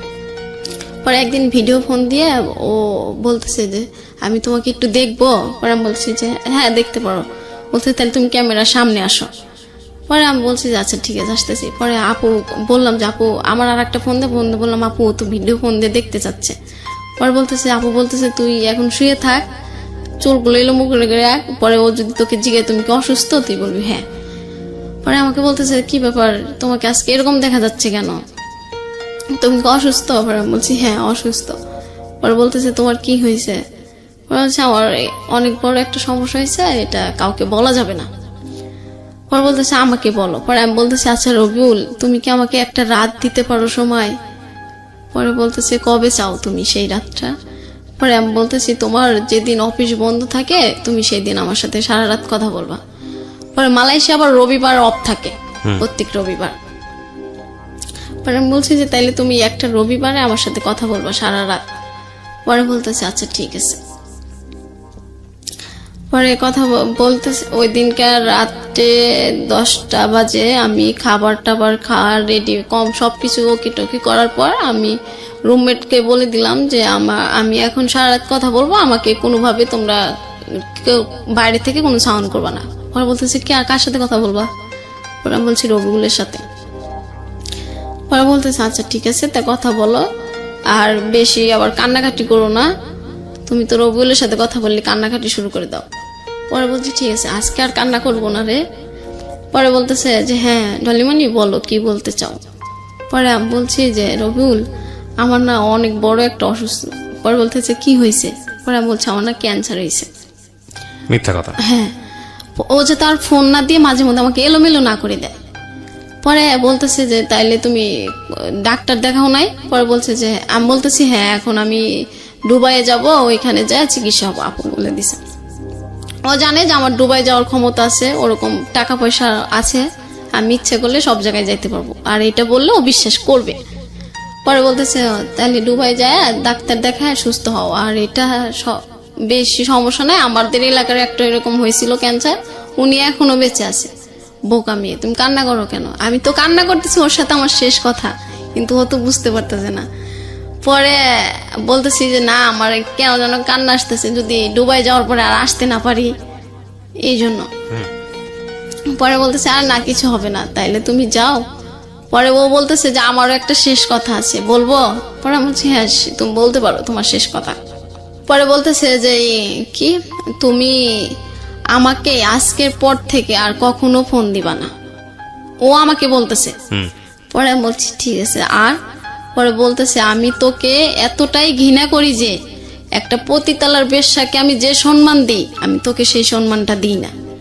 পরে আমার এটা বলার পরে আমি তো অনেক কান্না করি যে আমি তো তোমার সাথেই শুধু খারাপ কাজ করছি, তাইলে তুমি আমি যদি খারাপ হই তাইলে তো আমার সাথে তুমিও খারাপ, তাইলে তুমি একটা বেশ্যাকে বিশ্বাস করো আমাকে বিশ্বাস করো না কেন? পরে বলতেছে যে তুমি শুধু নাটক করো, এটা বলতেছে। পরে আমি বলছি রবিউল বিশ্বাস করো আমি আমাকে নাটক করে এটা বলে কেন?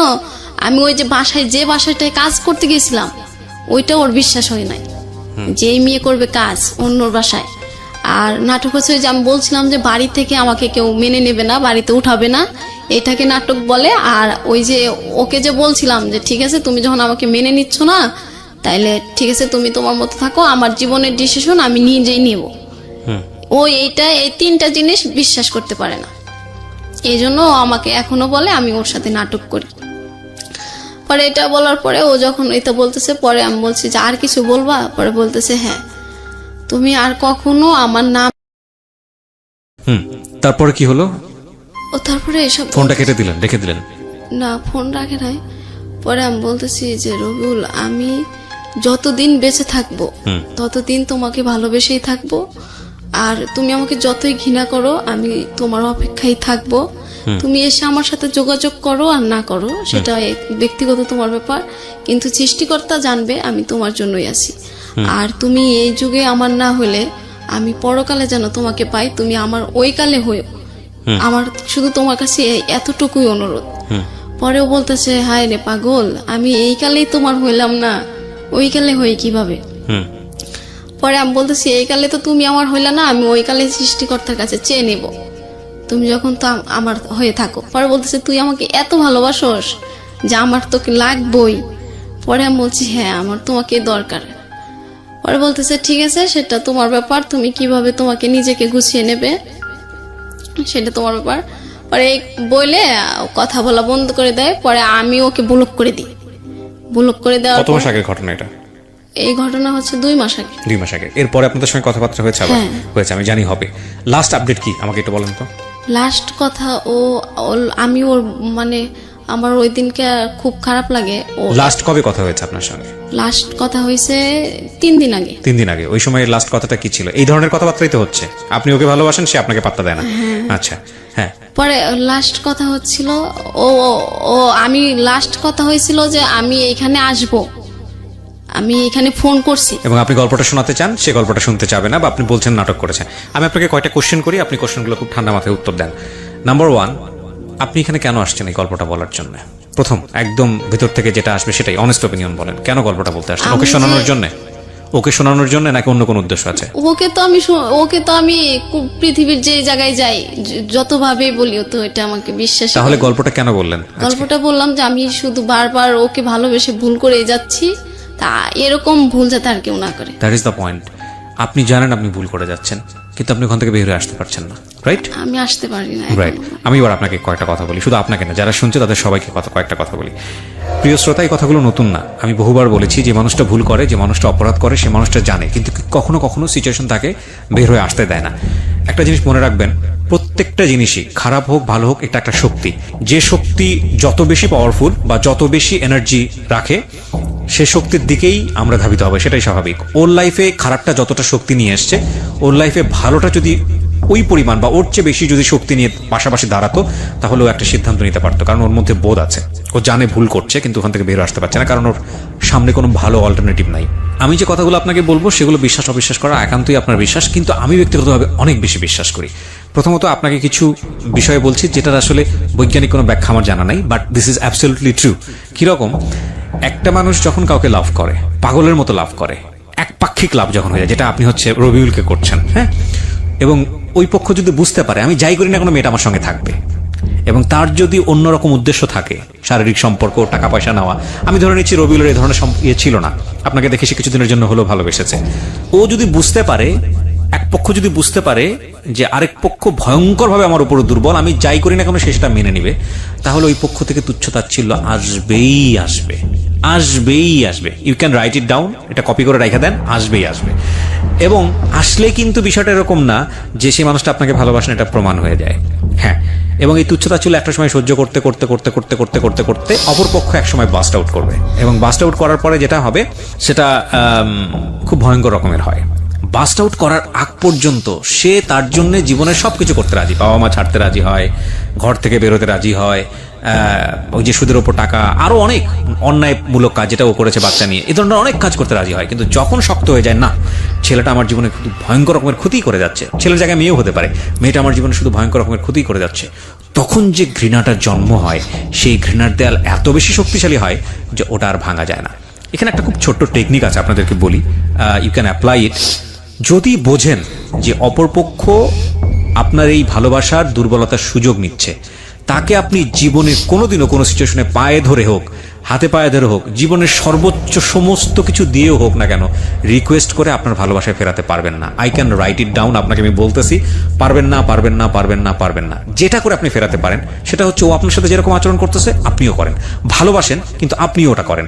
করলে দেখবেন যে ও অটোমেটিক্যালি নিজেকে রিয়েলাইজ করা শুরু করবে। ওর ভিতরে যদি বিন্দুমাত্র টানও থাকে আপনার জন্য, ভালোবাসা থাকে আপনার জন্য, ও কাম ব্যাক করবে। এবং কেন জানি না, এটা প্রকৃতিরই এক নিয়ম, যখন একটা মানুষ আরেকটা মানুষের কাছ থেকে সরে যায়, তখন ভিক্ষা মেগেই হোক বা নিজের দুর্বলতা দেখিয়েই হোক, ড্রাগ নিয়ে হোক বা যেটাই করে হোক না কেন, আমরা এই জিনিসটা করে তাকে আমাদের কাছে টানার চেষ্টা করি, এবং দ্যাট ইজ দ্য রংয়েস্ট ওয়ে। আমি মনে করি এটা হচ্ছে সবচাইতে ভুলতম পন্থা।